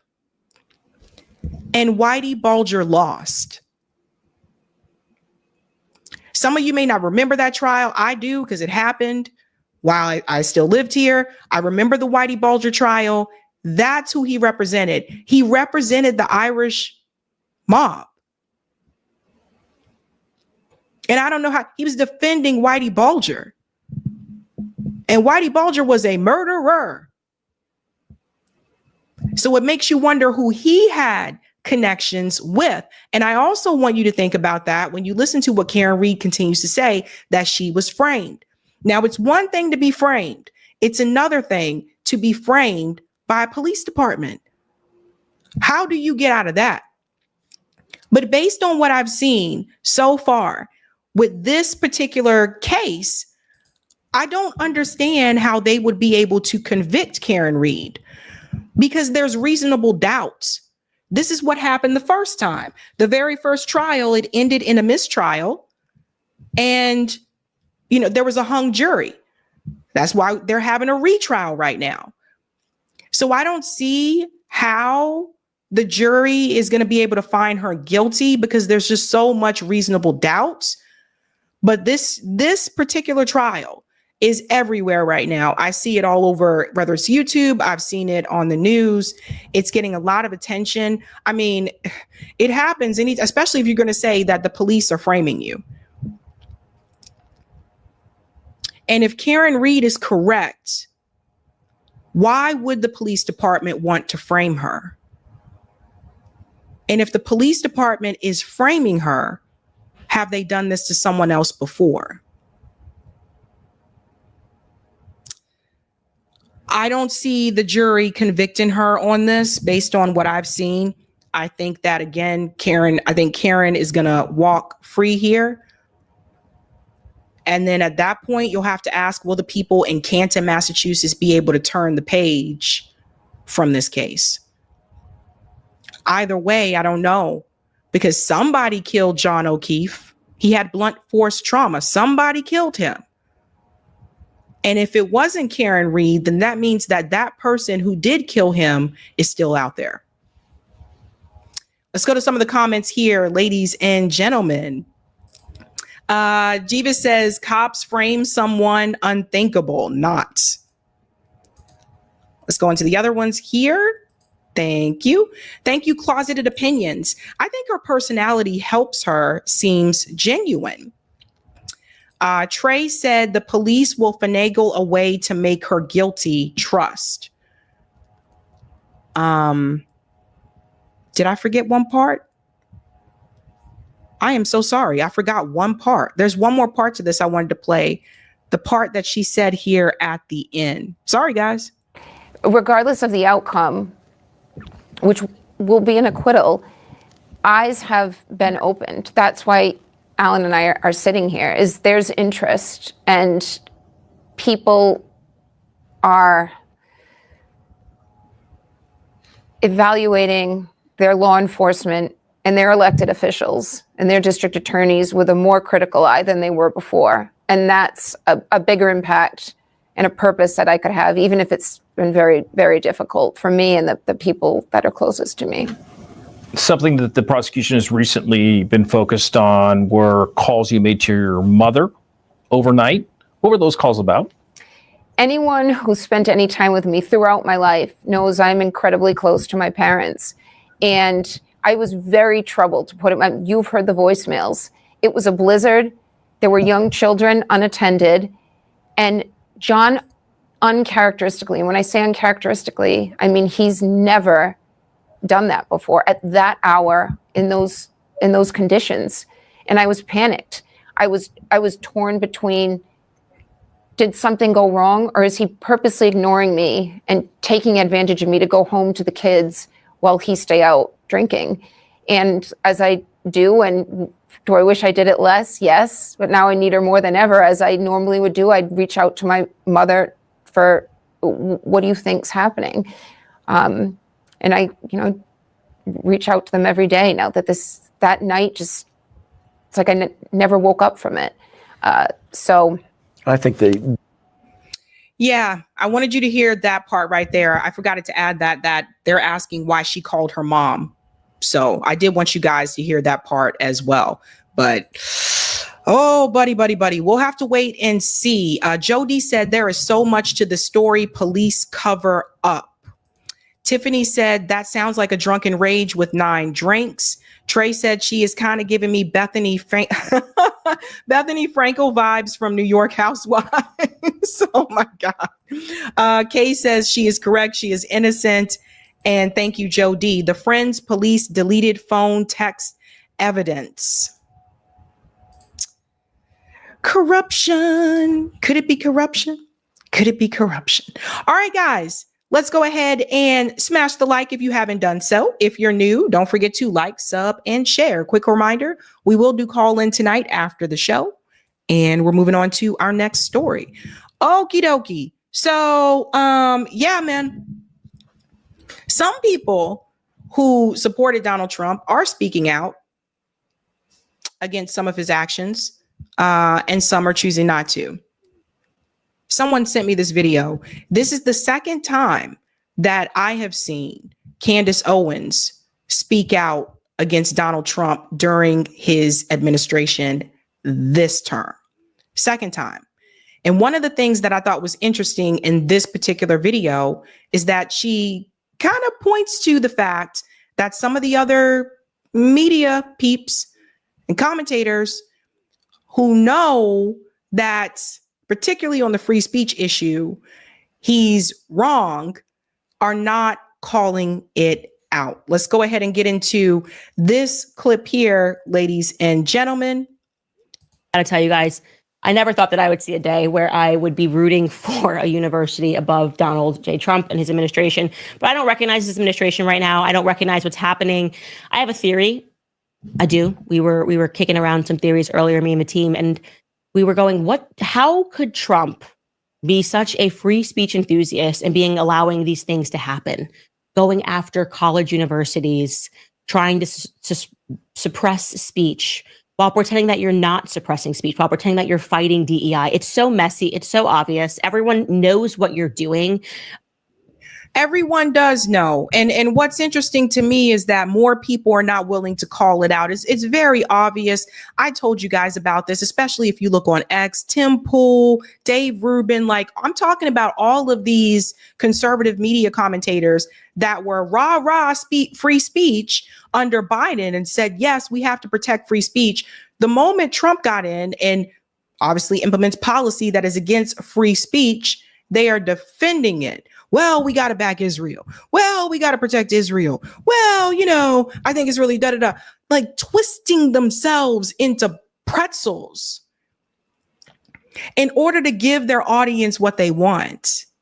And it's very sad. It's gotten to the point now where I think some people feel like, well, I can't say this because then my audience will get mad at me.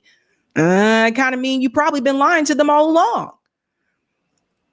But they're not calling it out. And we all see it, especially those of you, if you're on social media, you see it.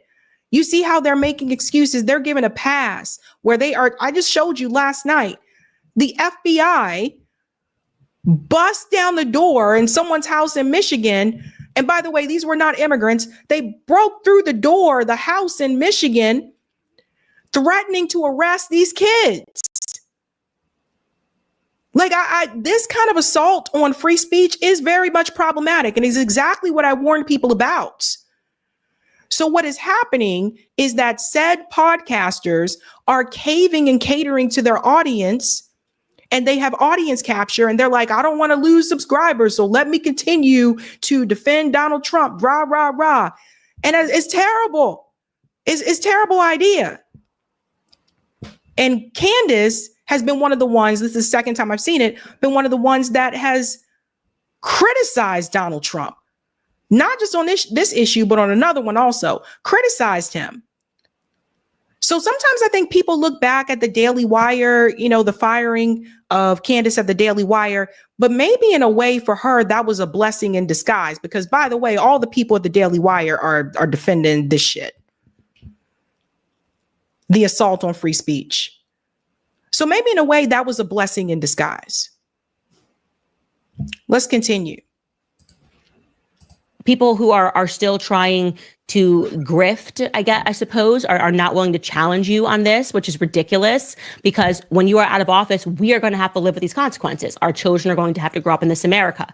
Okay. So when you threaten our speech, it's not worth it so that we can have pom-poms and go hurrah for a couple of years, then go, okay, well, yeah, now it kind of stinks because, we're getting arrested for wrongthink. We got David Friedman. Yeah, arrest him. Arrest Tucker Carlson and Candace Owens. Get them. I love it. Everyone can see what's happening left and right. So to give you the background, obviously after October 7th, there were tons of student protests all across the nation. Some got violent, some didn't. But what has happened is people started demanding that universities start, taking on their own sorts of definitions for anti-Semitism, particularly the IHRA new updated definition of anti-Semitism. Which AOC voted for. This is what I warned you guys about, right? That definition, how dangerous that could be. Because basically what they're doing now is they're saying that criticizing Israel, it's in itself can be considered anti-Semitic. That's how far that definition goes.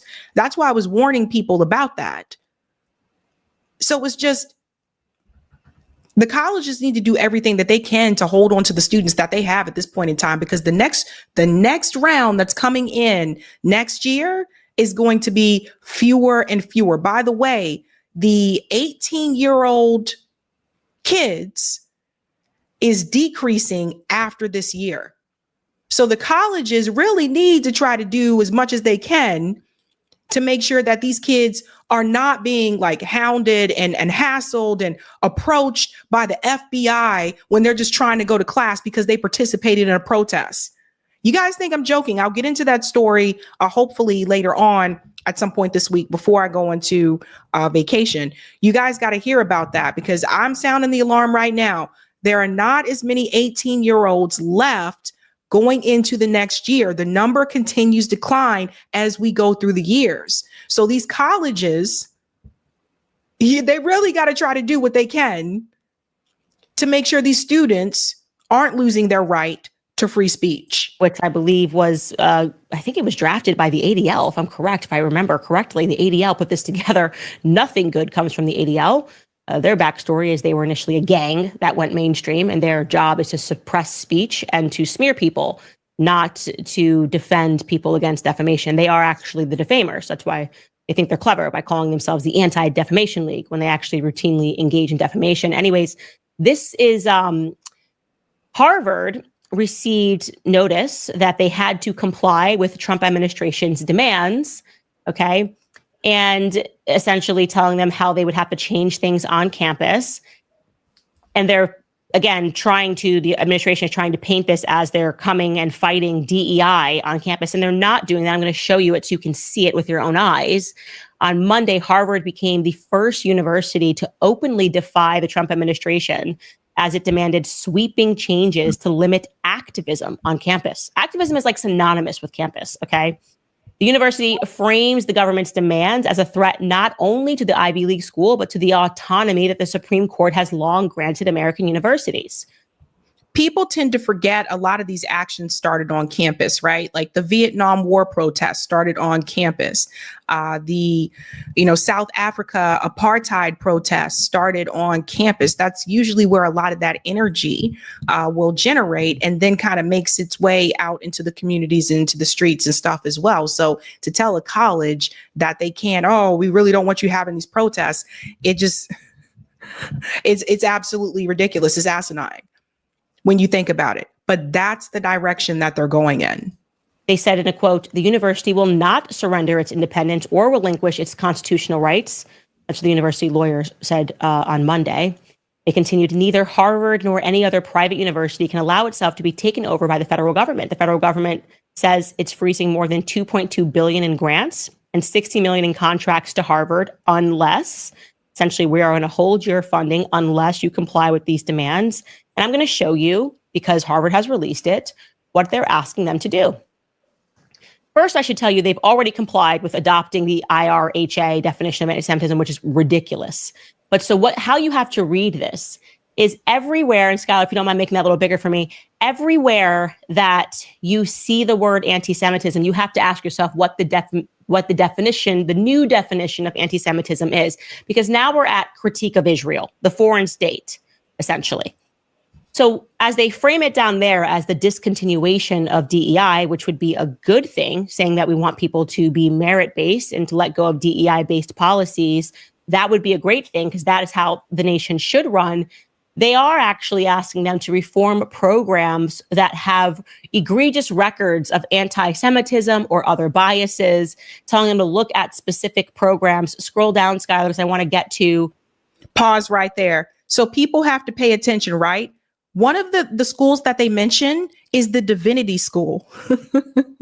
The Divinity School, Graduate School of Education, the School of Public Health, the medical school, like the Religion and Public Life program. So the Divinity School, I mean, teaches all different types of religion. I have a friend that went to Harvard and she was a graduate from the Divinity School. So she learned about all different types of religions and really, like, I would say opened her mind.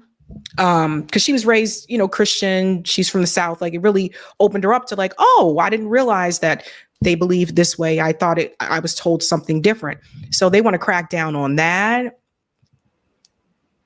They want to crack down on the Graduate School of Education. They want to crack down on the School of Public Health. They want to crack down on, do you guys realize, I told you it's not just Harvard. There was a professor who announced this on X, and she said that she was just told at Columbia University she can no longer teach her African American studies class. Why? What'd I tell you? Them essentially just framing this as them needing to take a look at who they're even allowing to come to Harvard on foreign visas and whether or not they disagree with Israel's policies. Like, you have to adopt new policies about student groups or clubs that forbid or endorse certain activities. They're talking about student groups that did not get violent, but are opposed to Israel's agenda, which is totally fair because this country is not Israel. It's not Israel. You are totally allowed to critique Israel. I mean, it's an absolute nonsense. It's telling them that these people need to be suspended, that they can't be allowed on campus. Again, making us think that Bibi Netanyahu must be the president of the United States and Trump has no idea what's going on. And I tend to think that there is a person who tells Trump that the press is favorable, that they love this, that people are loving this. Trump's not on YouTube. He's not on X. He says something to someone and they tweet it. Somebody decides what articles to put in front of him every morning. I know that for a fact, okay? So he who is picking that article, he who is telling him what tweets to look at is the person that is shaping Trump's understanding of what his base feels. But it is on Donald Trump to proofread that. It is on Donald Trump to look into the information that he is told to tweet or share. And I'll give you an example. If someone handed me a paper that they wrote and they said, this is my final copy, go ahead and submit that for publishing, I'm still supposed to look over it. So I still think Donald Trump still should look over those things. I think that it's almost like when you compare to his first presidency, I feel like Donald Trump's first presidency, he seemed like he was more like the boss. Like, you know what I mean? Like, I'm going to do this and I'm going to do that and whatever, da da da da. This time around, it definitely seems like the Adelson money, the Miriam Adelson money, the APAC money, all of this, it's almost as if he doesn't sound as confident as he did the first time around. And you can go back and look at the videos and you can make the comparisons and you can see what I'm talking about. I really think, I'm telling you guys, that Miriam Adelson money is shaping up a lot of this, in my opinion. Now, Harvard, like I said, adopted this definition after pressure for anti-Semitism. So every time they mention anti-Semitism in those demands, which is plenty of times, they are referring to people that are critiquing Israel. Let's pull up that IHRA definition. It says the guide follows these examples, which may serve for several illustrations. Okay, the first one, you're like, yeah, calling for or justifying the killing or harming of Jews in the name of radical ideology. Yeah, we already have laws in the book for that. You can't just like ask people to be murdered. You'd be in trouble. That makes sense. But then it gets really crazy because it says accusing the Jews as a people or Israel as a state. Sorry, that's inventing or exaggerating the Holocaust. By the way, that's not even that's completely absurd. You should be allowed to, in a country that has free speech, if you say, I think the Holocaust numbers were exaggerated or I think they were underreported, that should be a matter of academic debate. That shouldn't be a matter of you being suspended from campus. Somebody could say, no, let me rebut that. This only exists for the Holocaust. Yeah, I was going to say the interesting part about this is that it doesn't happen for slavery. People debate the numbers about slavery. People debate like, oh, it wasn't really that many people. It wasn't this many years. Those people weren't even Black. Like I've heard all these types of discussions, but it's like I said, and I continue to say this over and over again, and people have to seriously wake up. As long as you have lobby interest groups that are there to push the agenda that Israel wants. I mean, look, we don't have lobbyists there for Germany and France and all that kind of stuff. And that push what Israel wants. That is protection for the white minority. And now what you see happening, all of these articles now all of a sudden are coming out. There was an article earlier today. This woman wrote and she said that Harvard raises Islamist people or whatever. I'm like, what? It was just absurd, the lengths I think that the media and journalists are going to right now to try to make people feel sorry for Israel.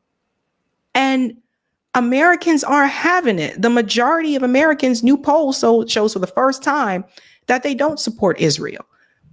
So now they're coming out with all these different articles to try to get people to understand, like, oh no, Israel's really the victim. You got to protect Israel and when Israel is the state that's in power. They control all the resources. They killed all those damn kids, but they want you to believe that Israel is the one that's being oppressed.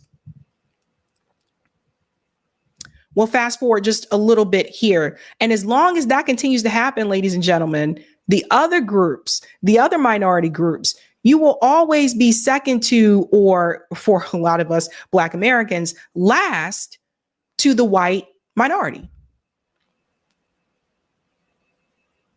Think about that for a second. Fast forward just a little bit here, because I wanted to get back to this part. Feeling like their rights are being infringed upon, maybe don't infringe upon their rights to speech. This is not making it easier for their students on campus, I'm telling you, because this is making it seem like they get special consideration, because these rules were not put into place to defend white people when BLM was going on, okay? These rules had never been put in place to defend anybody else. So we're talking about speech censorship. But on its face, it is speech censorship. Speech that you don't like or speech that makes you uncomfortable is not violent. You are not being hurt by speech or being challenged by ideas, okay? I mean, honestly, those rules weren't put in place for Black people either. Because I worked at these universities for a long time, and I can tell you, as much as you're hearing a lot about anti-Semitism on campus, which I would say, again, they changed the definition. So that includes criticizing Israel. So keep that in mind. You wouldn't believe the number of incidents that happened on campus to Black students. You wouldn't believe it. The number of incidents that happened on campus to Black students, and they reported it, and the administration did nothing. Nothing. There was no legislation that was trying to be urgently passed in Congress to make sure that we protected those Black kids on campus. Because it's not really about that. We got to get over snowflake culture. Let's pull it back up, because it's like parts of the Bible. Oh, the craziest one right there is accusing Jewish citizens of being more loyal to Israel or to the alleged priority of Jews worldwide than to the interests of their own nations. Lock them up. Lock them up. This guy thinks that this person's more loyal to Israel. I will guarantee you that there are commentators right now here in the United States who are more loyal to Israel than they are to the United States. Common sense, obviously. Lock me up, Trump. Take me away, DeSantis. Yeah, I think there are very clearly some people. David Friedman would be one of them that I would say is more loyal to Israel than he is to America. Oh gosh, the feds are coming. You're done. How dare you? It's the worst kind of anti. Ben Shapiro is another one I would say. Semitism, listening to people's own words and deciding who they're more loyal to. Yeah, duh. Anybody can be more loyal to any country. People could be more loyal to Russia than they are to the United States. Maybe they're like, you know what? Russia has got an Orthodox Christian community. I like it. I prefer it. Maybe I'm more loyal to Vatican City. Could you imagine a law that's just like, you just cannot say that Catholics are more loyal to the Vatican City than they are to America. We're going to lock you up. Absurd. Absolutely absurd and exhausting. It's like you're not a victim because somebody says that. Disprove the notion. Say I'm not. You don't get to cry like a baby and spike your ball and go home. It's just ridiculous. I mean, we know there are people that are more loyal to the state of. You want to know how we know? Because this is even being written down. Because this is even being considered as a definition, a working definition of anti-Semitism. Whoever created this working definition is more loyal to the state of Israel than they are to America. Because in America, we believe in free speech. One of the people that created that working definition was Chuck Schumer. Mm-hmm. That's right, ladies and gentlemen. He was involved in that. Yes, sir. Yes, sir. How about that?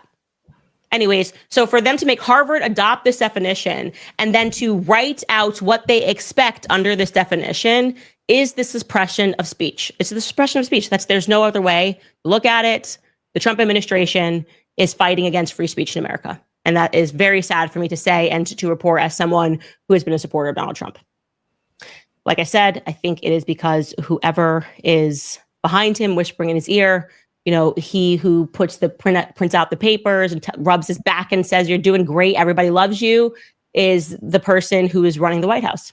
And it used to be Jared Kushner, and I don't know who that person is now, but I don't like it. It is, we cannot allow our rights to be infringed upon. And if you think it's going to stop with college campuses, you're out of your mind. So you better buck up and root for Harvard University in this fight. You better hope that they defeat the Trump administration and this absurd definition. And they even include parts of the Bible. They're like, you can't say that the Jews had anything to do with Christ, killing Christ. What did I tell you guys?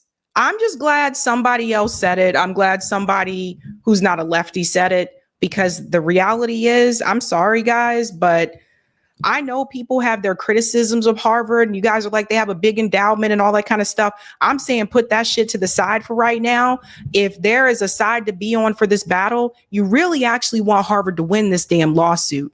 Because if Harvard loses this lawsuit, there's no stopping them coming after any other institution, including your employer, by the way. There's no stopping that. Do you guys want to live like under a microscope? Do you want to be scared that you can't say certain things?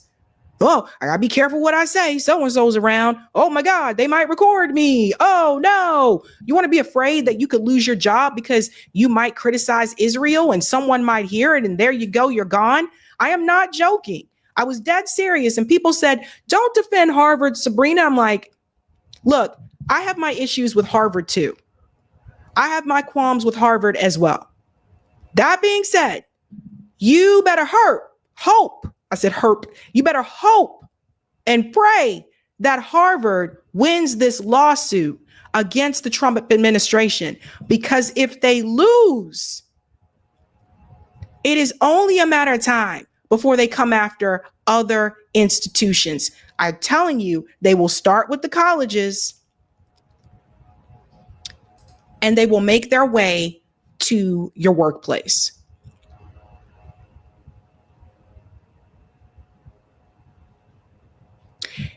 Is Candace Owens turning the page on Donald Trump? We talk about people turning the page, because she don't look happy.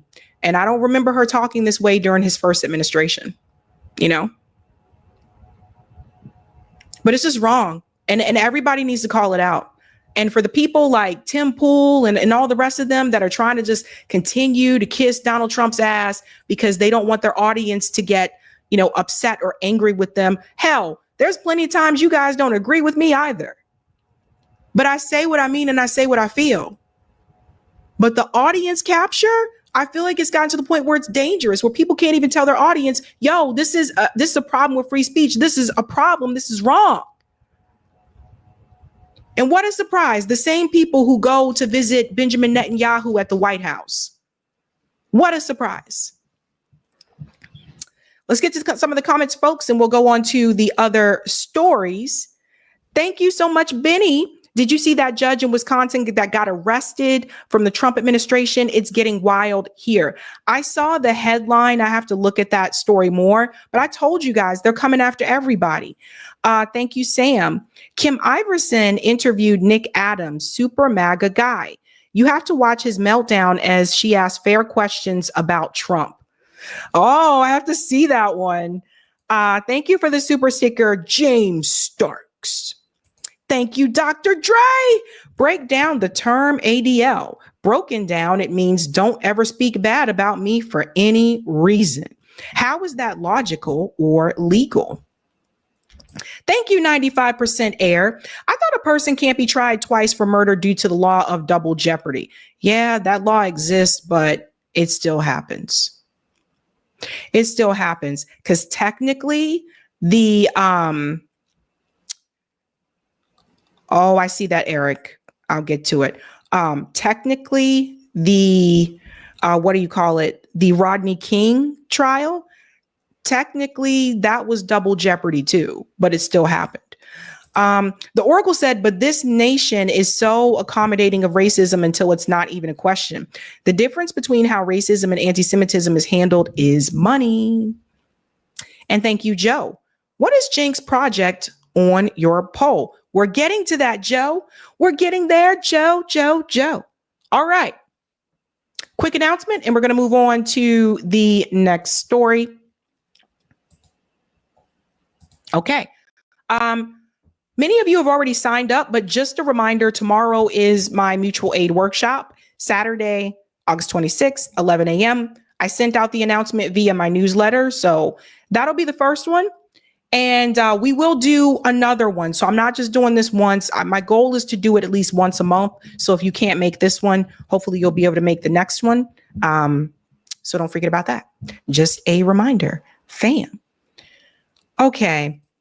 So we started this thing called the craziest stories of the week. And this story is definitely very crazy. Imagine waking up one morning to your roommate peeing on your face. No, this isn't a joke. And it's not an episode of Jerry Springer.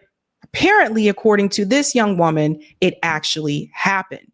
And the university hasn't done anything about it. Let's go ahead and get into the craziest story of this week. Ladies and gentlemen, NYU student, here we go. I woke up to my roommate pissing all over me and all over my bedding yesterday morning. I hope this is a very concise way of telling the story, but I'm so frantic right now and I don't have a place to go. So this is my cry for help. On Friday, I sent a message to my roommate. I have known this girl. I thought that she was fine. I thought that we were fine. I knew that we were not going to be roommates. I knew that we wouldn't be roommates for the next year, but I was honestly okay with that. So on Friday, April 11th, I texted my roommate saying that she needed to be more quiet in general on the phone. This is the text message that I sent to her on Friday at 7 p.m. In this message, I said, can you please be quiet? Quieter, you can read the message yourself. I didn't think this caused any problems. I texted her that. I got no response. So 7 p.m.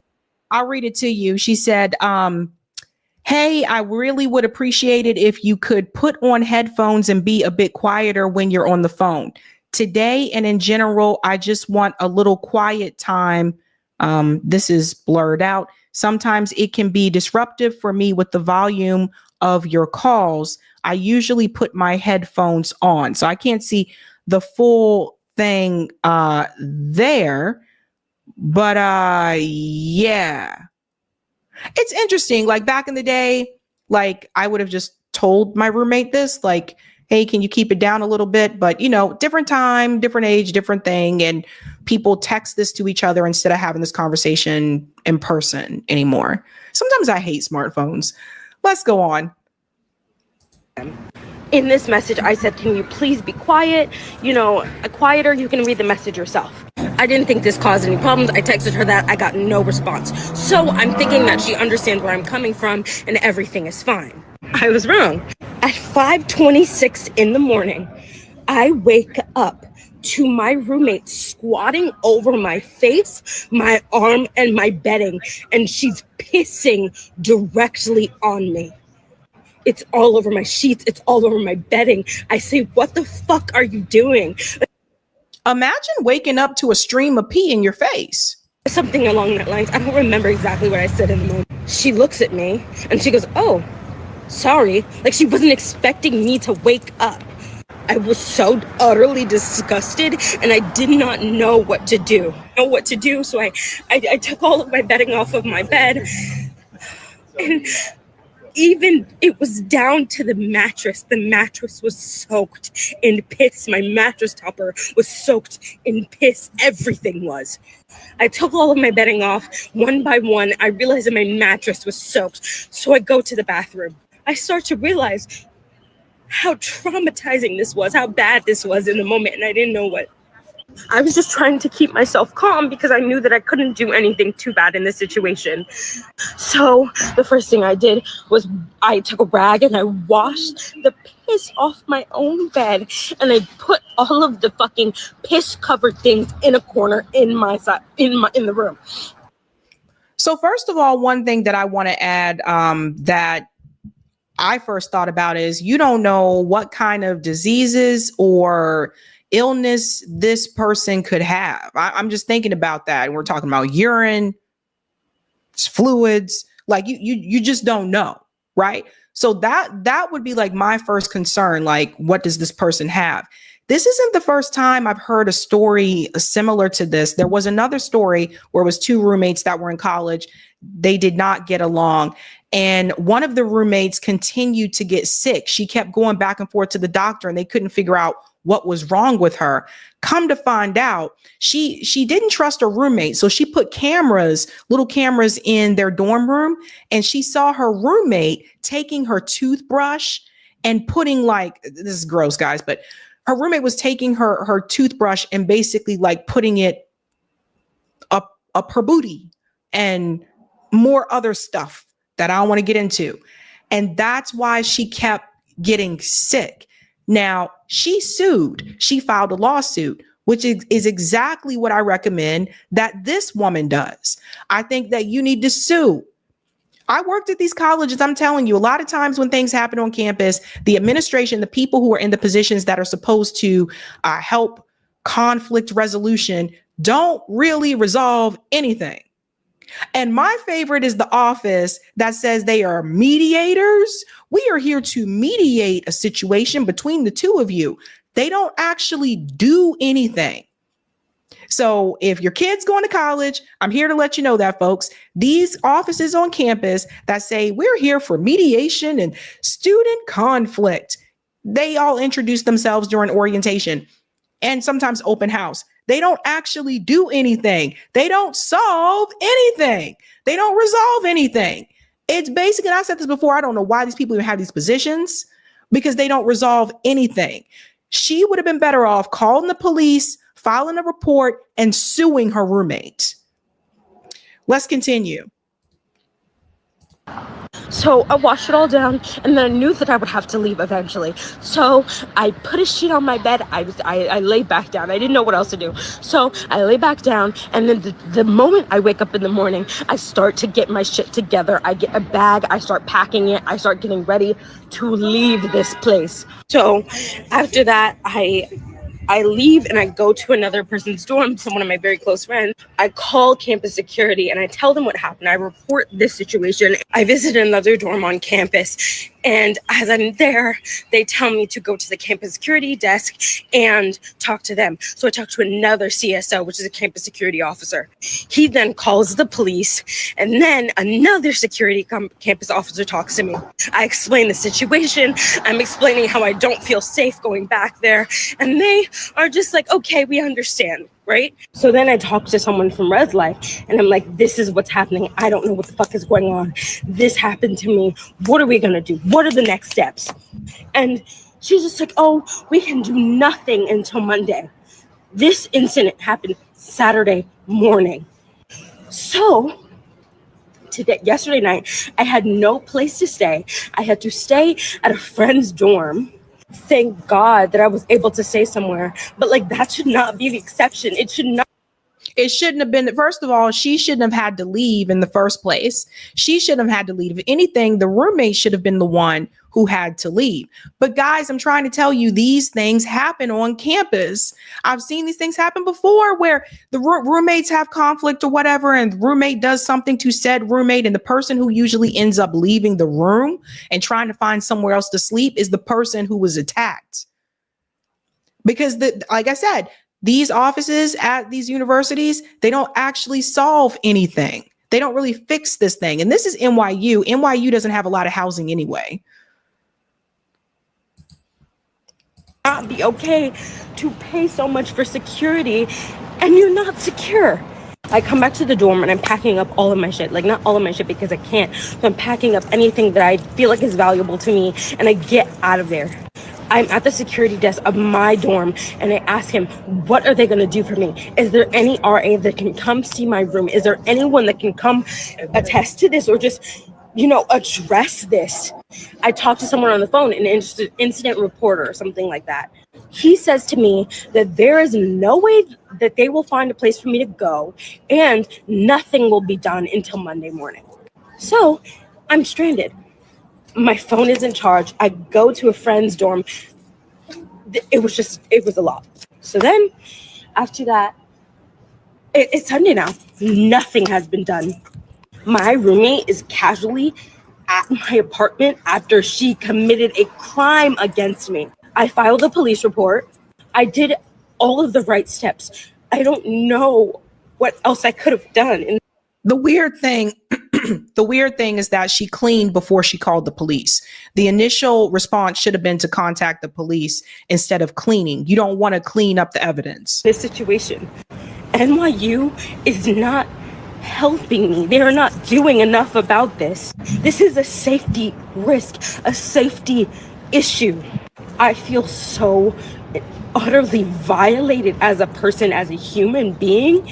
And for NYU, who praises itself about its security and having an RA at home, and they know RA came to see me ever. I've only emailed an RA and they have talked to me. That's it. I am so upset, and I do not feel safe going back to a room where I know someone has did something to me. And I hate to cry. I hate to do this, but this is my reality right now. And I could not imagine going. I'm so upset that I have nowhere to go. I'm going to a campus building because I don't know. I can't go home. Meanwhile, my roommate gets to be at home with no consequences, no actions, nothing. I don't think this has happened to anyone else, but if this has happened to you, what would you do? Give me some advice, anything. This is my story, and I hope it reaches some people, and I hope that me saying this story does something, because genuinely, this is one of the worst experiences I've ever had. Anyway, that's my life right now. Yeah. First step, call the police. I wouldn't have cleaned up any of the evidence because that was evidence. And as disgusting as it may be, I wouldn't have cleaned that up. Would have contacted the police. This is one of the big mistakes I think that college students make. They think that the university is actually going to do something and actually gives a damn. Most of the time they don't. There was a girl that walked around Columbia University, I think for almost a year, carrying her mattress. She was sexually assaulted, and the university wouldn't do anything because the guy who apparently attacked her was in her class. Like, they don't care. They just want your money. They just want your money. But that is utterly gross, but it's not the first time I've heard something about that, like a similar situation at these universities. Some of these kids do some nasty things.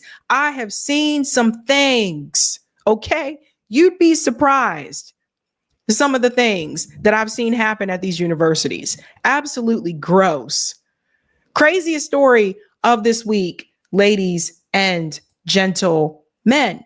We have one more story for you. This is the Cenk Uygur story. And then we're going to end with apparently breaking news. And then we'll head on into call-in. So Cenk Uygur was on this show about a week ago. And he said during that conversation that he was starting a new project. Well, apparently he wasn't lying, because he is now doing podcast tours to talk about that new said project. I want you to think about that, and don't forget to answer that poll question about this idea that Cenk Uygur is trying to pursue. Shout out to Case Study QB, who is out here doing the damn thing.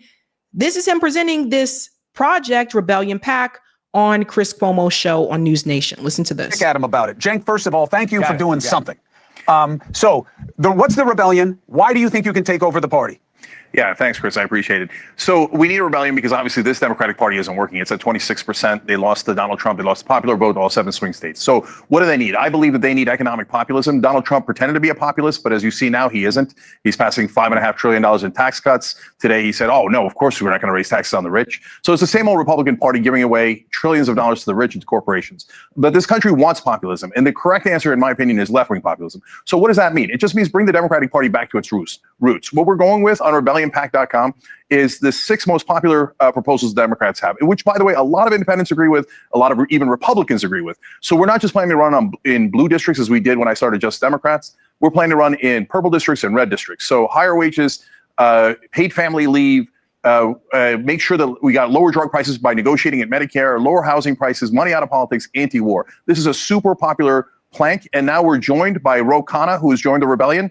And he's the first sitting congressman to do that. And on top of that, we've got Richard Ojeda running in North Carolina 9th district. That's an R+10, but we're going to win that district. We're being very bold here. And when we win those purple and red districts, we're going to make a case to the American people.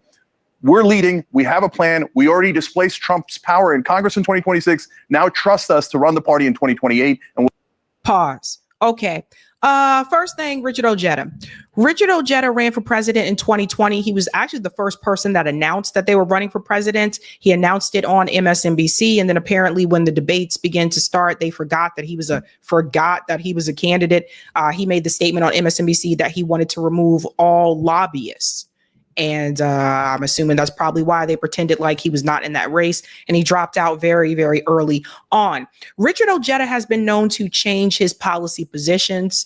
I've seen him do it over and over again. He has this phrase where he says that he's a Republican, or he's not a Republican, but he always voted Republican, but he's a Democrat. It's very weird. He was pro, some of the progressive things, but then he developed some type of Trump derangement syndrome. And he was just like, no, just get anybody in there. Didn't want to admit to Joe Biden's failures. He just goes back and forth when it comes to policy. That's one thing I'll say about him. Now, he was living in West Virginia at the time. I didn't realize he now lives in North Carolina.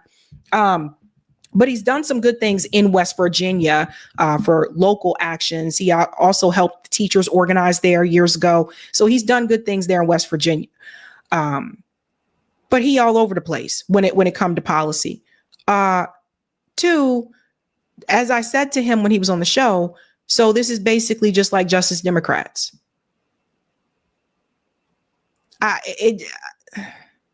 But it seems the focus is on economic populism, which I still felt was still kind of like Justice Democrats in a sense. Let's continue. we'll bring it back to what it used to be, representing the average man. So my question for him, Geraldo, is he needs a top dog. I'm wondering if he says it's him or has he got somebody else in mind. But what do you think, Geraldo? Well, I think Ro Khanna, if indeed the congressman from Silicon Valley has joined this rebellion, I think that is a very impressive gesture. He's my favorite lawman. I believe that he has a tremendous future, and he seems like a pragmatic progressive, not a crazy person. I also think that you gave maybe short shrift to the establishment Democrats. I think either Gavin Newsom or Josh Shapiro could beat Trump if the election were held right now.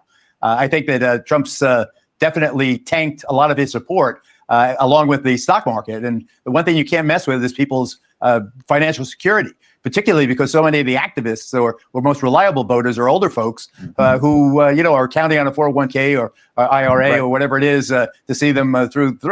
So I don't think, and I also think that the rebellion space is kind of taken up now by Bernie Sanders and AOC getting, energized crowds in the tens of thousands. All due respect, Jake, I'm a fan of yours. I don't expect that you'd be getting much more than, in the hundreds, maybe the low thousands. I don't see you, steaming them up. Maybe a lot straight. That was a dig there by Geraldo. Geraldo always has been kind of been known, even when he had the talk show, to give like little digs at people. I don't think you'll be able to get those types of people not realizing, I guess he does not realize this, but it was, AOC came from Justice Democrats, which is what Cenk Uygur co-founded. So I think he just may not be aware of that.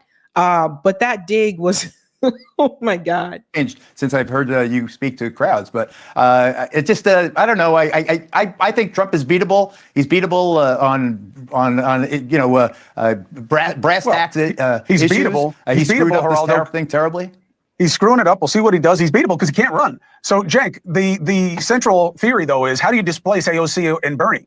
So there's no need to displace AOC and Bernie. I don't have any problem with what they're doing. I think they're doing a great job with the rallies. We might, you guys and I might disagree on some of that, but this has absolutely nothing to do with me. I'm part of the people who founded this organization, and I'm on the board of it. Cara Eastman, another great progressive Democrat, is the executive director right now. Brianna Wu's on the board with me. So this is a giant.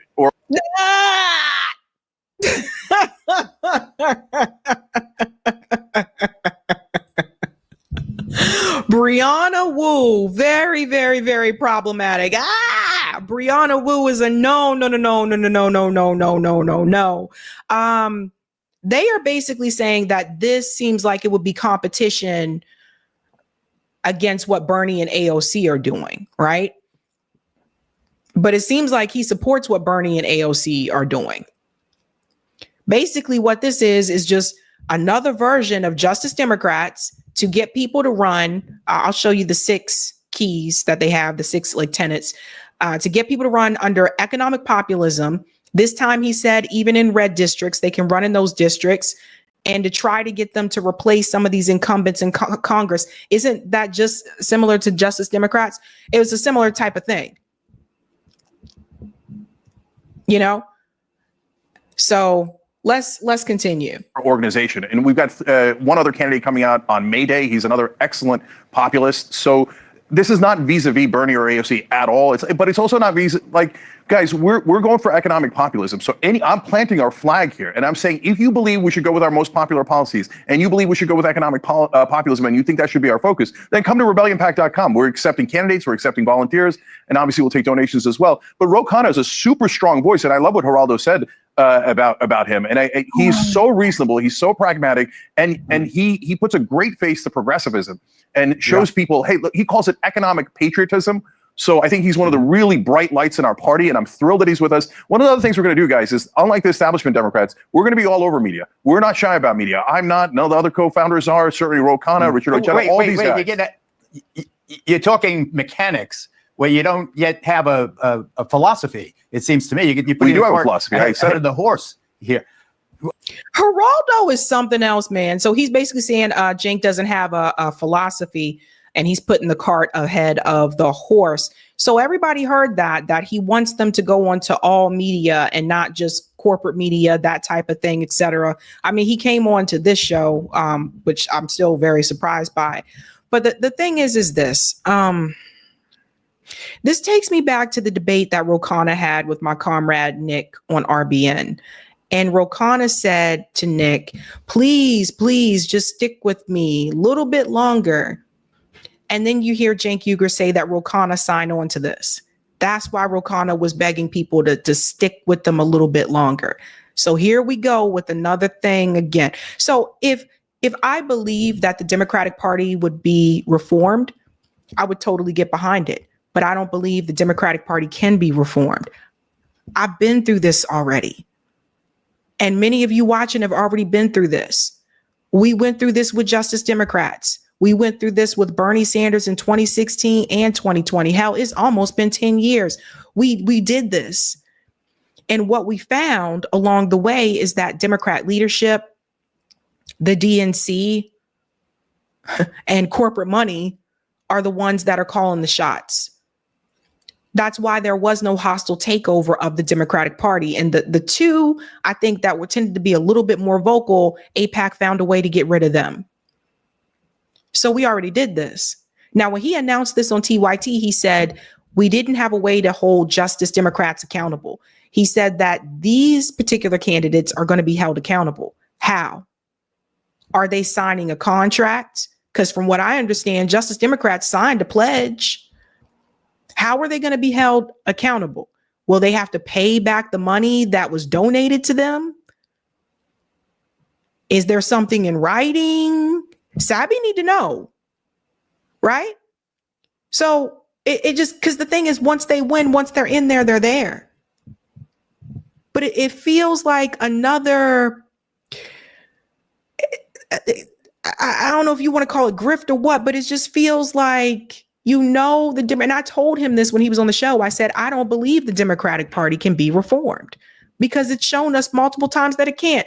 They're trying to get rid of David Hogg right now. The guy, he just became the vice chair of the DNC. They're already telling him, shut up or get out. And we're supposed to believe it can be reformed. And I just worry about all the money that's going to be donated to this project that could be put towards mutual aid, that could be put towards organizing, people building up their communities. People have to remember how much money Bernie Sanders actually raised, hundreds of millions of dollars. And then people still walking around poor. Let them finish here. Oh, well, I heard you, but you sounded an awful lot like a lot of Democrats I've heard over the years, with all due respect, a lot of liberal Democrats. You want to feed the hungry, you want the minimum wage, and etc. What about DEI? What about the fact that race plays such a noxious role? What about the fact that this is really a country divided, not so much class. I know we like to make it, as colorblind as possible, but there's race is the core of a lot of the distrust between groups. I think that the what you need is someone popular as well as populist. You need someone with magnetism, with the charisma, who can compete against probably J.D. Vance, I would expect, or Don Jr. maybe. I think that the Republicans are square. Trump is one in a trillion. He's the only movie star they've had since Ronald Reagan, the only one they're likely to have going forward. But I don't see where you squeeze in. I think when you're getting a new product in a market, you go to the store, you go to the Target, wherever it is. Where's my space in the shelf? I'm not sure where the rebellious Democrat space in the shelf. What kind of ketchup are you, Cenk? Yeah, so some of those are good questions, Geraldo. So first of all, on culture wars, this group isn't doing culture wars. We're focusing on economic issues. So we're not interested in having those debates that are wedge issues that drive us apart. And Isn't this the same thing they did? But that's the same thing they did with Justice Democrats. They focused on the economic issues. I don't remember, and correct me if I'm wrong, but I've gone over the platform before. I don't remember Justice Democrats having like a black agenda. I don't remember those things. I saw them mainly like focusing on economic issues. That's what I'm saying. I don't understand how this is any different. To me, it seems the same. Talk to the other side. We're willing to talk to everybody. I took a lot of heat for going on right-wing podcasts, independent podcasts, and I'm totally in favor of that. We lost the popular vote. Good. We need to regain the popular vote, and you do that by reaching out to independents. At this point, Donald Trump is intensely unpopular. Last poll that came out is he's at 40% approval, 59% disapproval. You know why? Because a lot of independents voted for him, and they got screwed. And we're giving a real option here now. This is not the same old Democratic Party. We're not doing culture wars. We're not doing the establishment nonsense where they never actually pass the bills. Hold us accountable. We are going to pass these bills that America loves. You can have this line. Less about woke, more about who's broke. Cenk. Oh my God, Chris, stop. Okay, so we're asking again, Are they turning the page? Is it time to turn the page? Let me show you this platform that he's talking about, the populist plank. So these are the keys or the tenets here he's talking about. Higher wages, negotiate all drug prices, ban private equity firms from buying up homes. I 100% agree with this. I hosted a talk about this particular issue at the Community Church of Boston. No more wars, of course I agree with. Paid family leave, of course I agree with. Get money out of politics, of course I agree with. Anybody notice something a little bit different? Notice now it's negotiate all drug prices and it's not Medicare for all. You guys notice that? Notice it's not universal health care anymore, which I felt was pretty popular. Higher wages. What's the number? Like, I feel like that's vague. What are we working with, right? I would say a living wage. That's me. But notice the list is shorter now because Justice Democrats had a whole thing. Like some people told Eric 11 demands was long. Justice Democrats had an entire, it was long, a long list of what they were fighting for that was supposed to be progressive. So notice how it's changed now, right? This is not as strong as the Justice Democrats platform was. I have to be honest with you guys. Have to be honest. Okay. And I think that's because they're trying to get people to run that are not necessarily progressive. Like I said, Richard Ojeda is not progressive. So I think they're trying to get some of those people that might be in the middle of the road or maybe independent, but they want them to run through the Democratic Party, that type of thing. Right. So this is their economic populism. Someone mentioned like racial justice in the chat. Yeah, that's not happening here. As you can see, right? Here's another problem. This woman right here, right? So she is part of Rebellion PAC. APAC Tracker called her out. Rebellion PAC's executive director is Hesperus Brianna Wu. Yes, Brianna Wu, for those of you who are not on X, Zionist. This is the woman, she literally wanted to get Hassan Piker banned. Cenk's nephew. And she's part of Rebellion PAC that Cenk is talking about as the executive director. She says here, just landed in Israel. My Zionism just leveled up. This woman's awful. Like, I'm just being honest with you. She is absolutely awful. That's a problem. And then there's even this one. Shout out to Todd Appel. Elon Levy said, raise your hand if you're a Zionist. Here's Brianna Wu, proud Zionist reporting for duty. So having this woman be an executive director as a part of Rebellion PAC, this is definitely a freaking problem. And here she is here. Listen to this. It's absolutely bizarre to me because, when Black Lives Matter came in the United States, I did a lot of media promoting that. Women's rights, I've done every single media in the entire world talking about that. Somehow, when it comes to Jews, when outspoken about Jews and anti-Semitism in my country, if it involves the left specifically, it hurts your career to talk about. I've been blacklisted from multiple media sites. And, I'm not saying anything crazy. I'm saying our Jewish friends and neighbors are in pain and we need to support them. And Israel has a right to defend itself from these terrorists. Oh, you said a lot more than that on X, honey. Even just factual statements like that are, you can't say them in America. And I've been trying to tell the Democratic Party for a year now. Every bit of our internal polling shows this is costing us votes. It's costing us support. I personally do not believe there's a future where the Democratic Party is electable, where we do not address this anti-Semitism. It is a cancer in our party.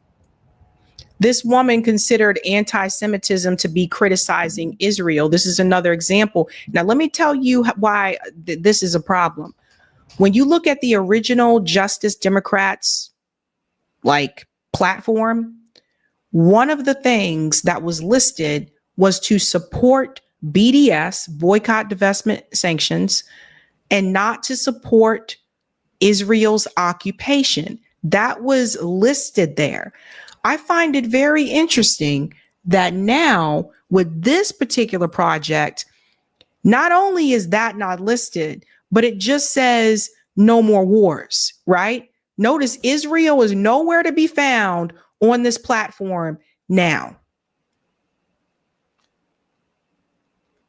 And then you have Brianna Wu as an executive director.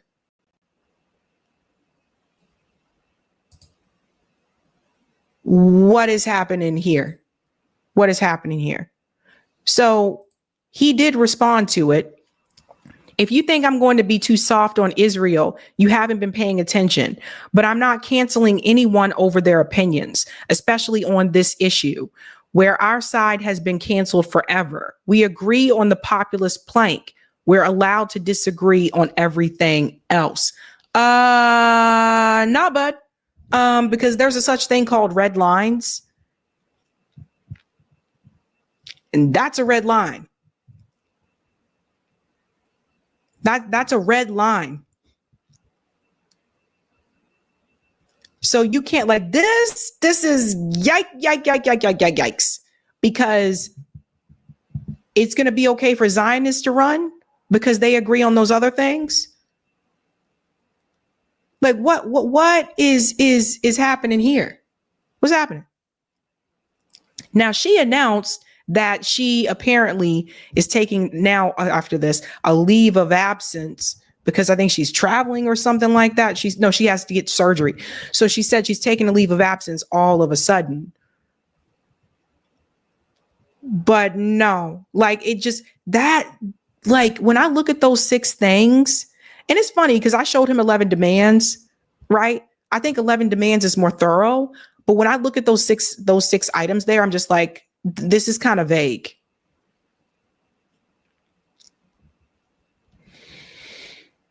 No, I know. Josie said, no, TYT is losing me, not buying this. Nope. Yeah, it just, when you compare that to the Justice Democrats platform, it's weak.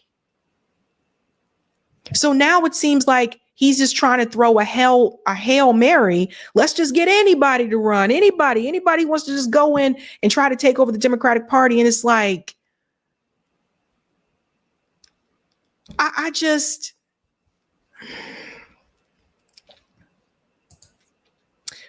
let me tell you the possibility of this actually happening. If you haven't seen this interview by Brianna Joy Gray, it's really good. Watch it. It's called Debate, the Future of the Left After Trump. I want you to hear what this guy here, Vivek Chibber, I want you to hear what he says about the possibility of reforming the Democratic Party. Listen to him. I think that might be right. But if I were to imagine, not that I am, the Bernie whisperer or have any great insight into the man, but I've been following him as closely as anybody else these last years.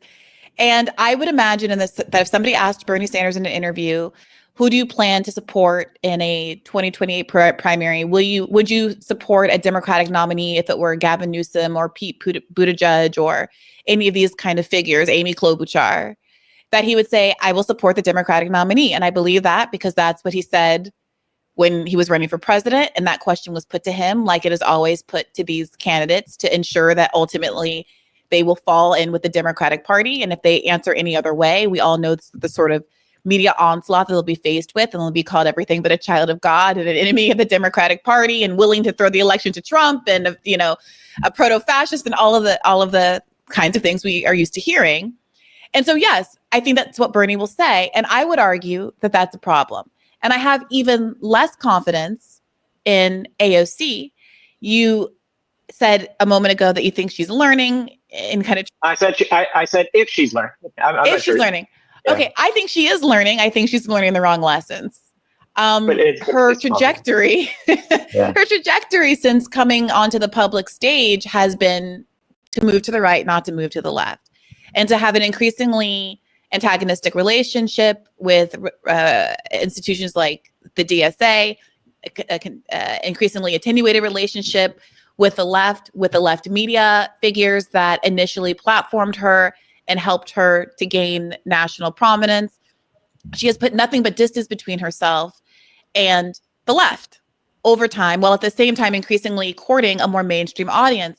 And when I look at those rallies and I look at their attendance and I look at the conditional support that they get from mainstream Democrats who say things like, I support that they are fighting.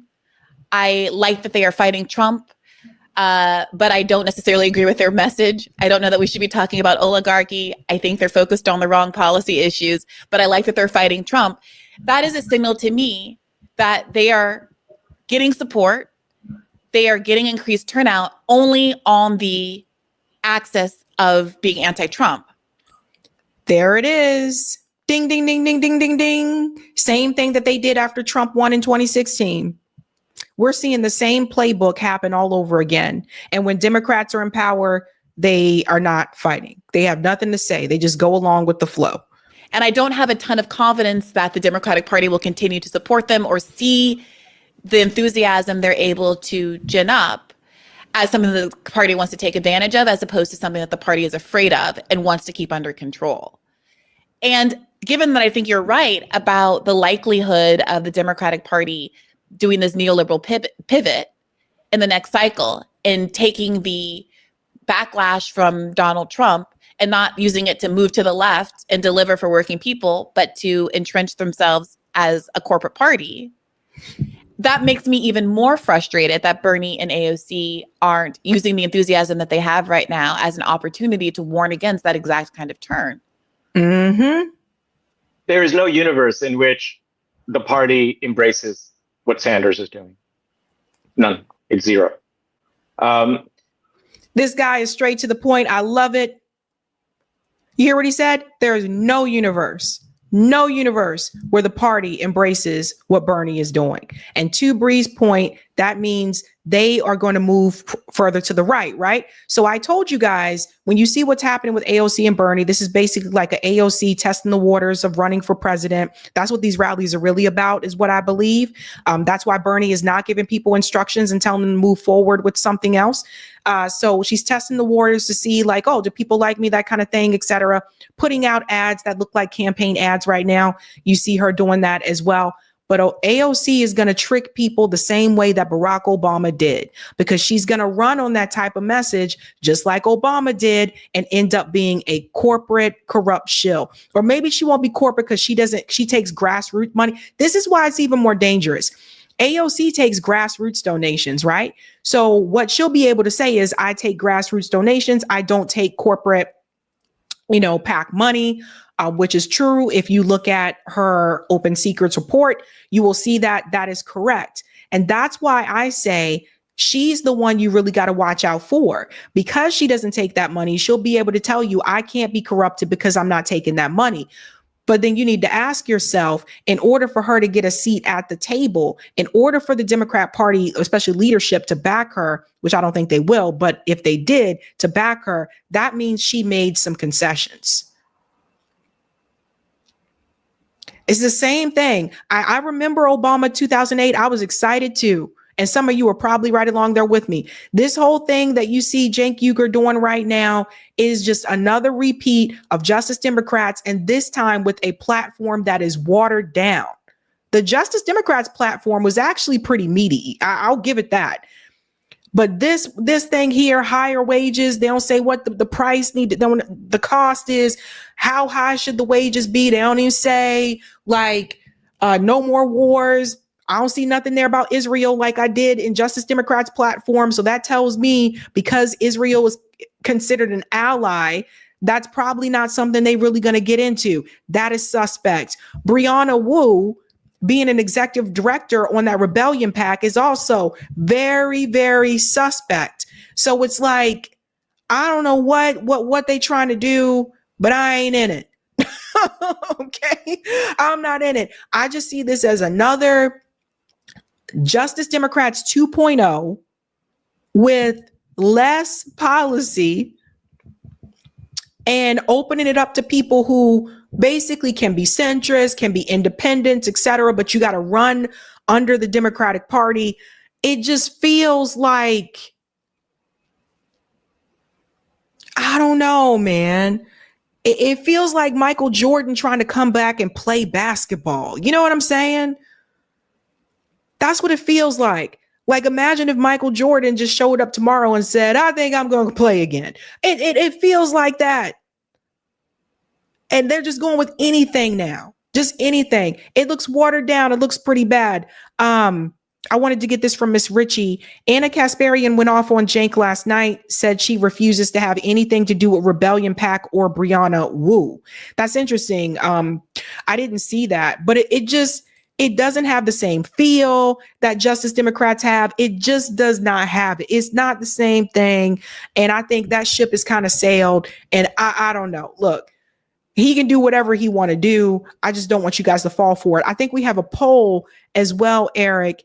And Eric gave me some breaking news. Oh my God. Oh my God.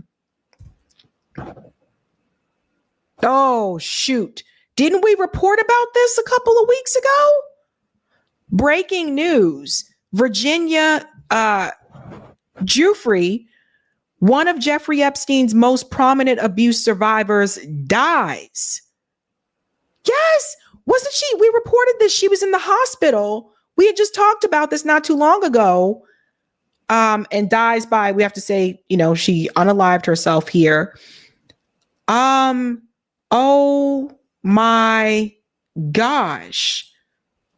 Oh my God.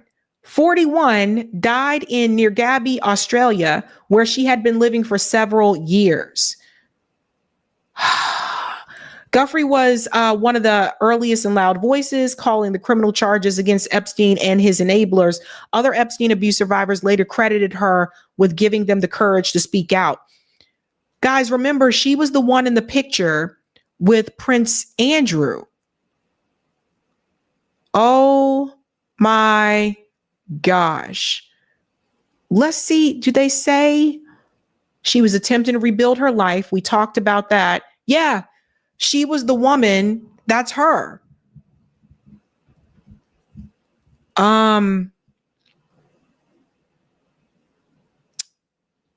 trying to see if they say what happened. I know she testified, etc. So they don't have details. I might have to make a separate video about this and post it. I'll make a separate video about this over the weekend and post it as a separate video. But we were just talking about that they said she was in an accident and she was in the hospital. Remember, she said she was fighting for her life. Let's get that poll, Eric, and then I'll pass it to you and we can jump into call in. Thank you guys. Do you believe Cenk's project will work? 7% said yes, people want change. 66% say no, we did this before. And 27% say I'm not sure. Interesting, folks. Interesting. Thank you very much. We are going to get into call in. I'm going to take a quick break. I'll be right back. Eric will come on the screen. And I think you're muted. There I am. Yes. I am audible. All right. All right. Happy Friday to everyone. Yeah, this is the part of the show where I come from the background to the foreground and we give Sabrina a little break. Don't forget during the break, she'll be setting up the Zoom, the Zoom call-in room, the Zoom hangout that we used to call in. So that's where we encourage all of you to join up. We'll be giving you the link shortly once it's created and set up. And you can tell us what you think. You can talk about any of the stories that we did tonight. We can or talk about other subjects or get into most anything you want. We'll have the link for that. We'll have that link for you shortly. Let's see what we got for some super chats. Let's see, from Better You. She was supposed to be, they asked, until Jesus came back. Ain't no way. If you F around, I'm obliged to help you find out. All right. Thanks for that one. And JB in the chat who's saying, asking about Cenk's Rebellion PAC. JB saying, will Rebellion PAC use the money they gathered to do mutual aid if they don't have a candidate that wins? Yeah, that's a good question. And I think it really kind of cuts to the heart of this stuff, is that, these things are, are a money grab. I mean, it's, so many of these orgs, especially when they're tied, well, always when they're tied to either of the two major parties, it's all about the money. It's what we're saying with, MCDS, right? The M part is the money part to, to always start with. And the thing that they're going to make sure of more than anything else is that they get money out of it, that they get their salaries paid, make a bit extra and just, keep that whole grift going. That's what I see in, the Justice Democrats. I call them the Justice Repeatercrats. So I guess now it's Rebellion PAC. I mean, Cenk has been doing this for so many years. I think it's certainly a fair question to say, exactly how many years of doing the same thing should we give you? Thanks for the super chat, Charlie Mack. He says, I was giving $5 just because of your reaction to Cenk bringing up Brianna Wu, LMFAO. And Ms. Pamela saying it's all a distraction, and that's certainly a big part of the whole game. The one big thing you'll notice is they talk about anything and everything except for the top, the billionaires, the 0.1% at the top that really have all the money and power and call the shots. If a candidate or an organization is not, talking about that and talking about how both parties are run by the billionaires that serve the billionaires and they're corrupt and how they do that. If you're not hearing that, then, they're a part of the problem. And thanks for the super chat, Quintessential, who said when Bree was talking, it was Bree's lawyer way of saying AOC is a sellout. I feel you there. So while I have a minute here, I just wanted to call out the latest, just kicking around a couple of windows here, the latest post from the 11 Demands Substack, which I encourage you all to join if you want to see what 11 Demands is about. It's easy to find. You just go to 11demands.org or search out, or just search for 11 Demands. But the latest post on the old 11 Demands Substack is called an MCDS State of Mind. And what this is getting into is, is the idea of using MCDS as a framework, the terminology, to actually using it directly. It's a call for everyone who believes in what the 11 Demands are about and wants to bring this stuff forward is to be in that state of mind. So being part of the 11 Demands Collective is a state of mind. It's about understanding the deep corruption in our politics, our government. It's about calling it out and organizing around a clear set of demands to fix it. A critical tool in this is the MCDS framework. MCDS stands for Money, Corruption, Demand, Solutions. So when talking about political issues, I'm proposing that we center MCDS in those discussions. And we want to see exactly what I mean by this, exactly what we're talking about. Here are some examples. If you're looking at health, our healthcare system sucks. Why? Because it revolves around money, not health. The health insurance companies are corrupt. The C, they're corrupt entities. They lobby the government to rig the system in their favor. And then the D part, don't ask for a compromise like Medicare for all or this, what did they have on Cenk's Rebellion PAC? I mean, not even, it wasn't even that. It was like, lower drug prices. There's their big demand. The demand should be real comprehensive health care for all. And that gets you into the solution. Yes, implement a national healthcare system that covers everyone fully. If you're talking about the economy, hit it with MCDS. The money, people are struggling to pay for their basic needs. The corruption. Our economic system is controlled by a small number of corrupt oligarchs. We need to demand a system that benefits the 99%, not the top 0.1. And if you look in the demands under minimum standard of living, you'll find a clear set of items that can attack these issues. If you're looking at war, right, we got war and more war, and it's because war is money, war is profit for that old MIC. The corrupt part of it, they filter the money back into the system. The D, we need to demand non-imperialist foreign policies, and we need to be demanding deep cuts to the military budgets. We need to be demanding peace. And the S, the solutions, gets into recognizing that both political parties, they serve the war machine, and the real solutions are not going to come from the Democratic or the Republican Party. And just in finishing with this is saying, it doesn't have to be like this. We can have a world that provides for the 99%, but it's going to be up to us to make it happen. What can we do as individuals? I'm suggesting we be the spark. When discussing any of these issues, use the MCDS framework, use the letters, MCDS, and the 11 demands solutions. If people want you to get into the specifics, it's right there. It's a whole program, and the solutions that flow from them, and use that to show the path forward. People are ready. Everyone knows that big money and corruption are running the show, and it's up to us to inspire a mass movement that gets into the streets and does not let up until the demands of the 99% are met. Yep. So, yeah. So the kind of the call to action is, so the call to action is to familiarize yourself with MCDS and actually use the terminology, and let's get it into the conversation to where it just becomes a thing.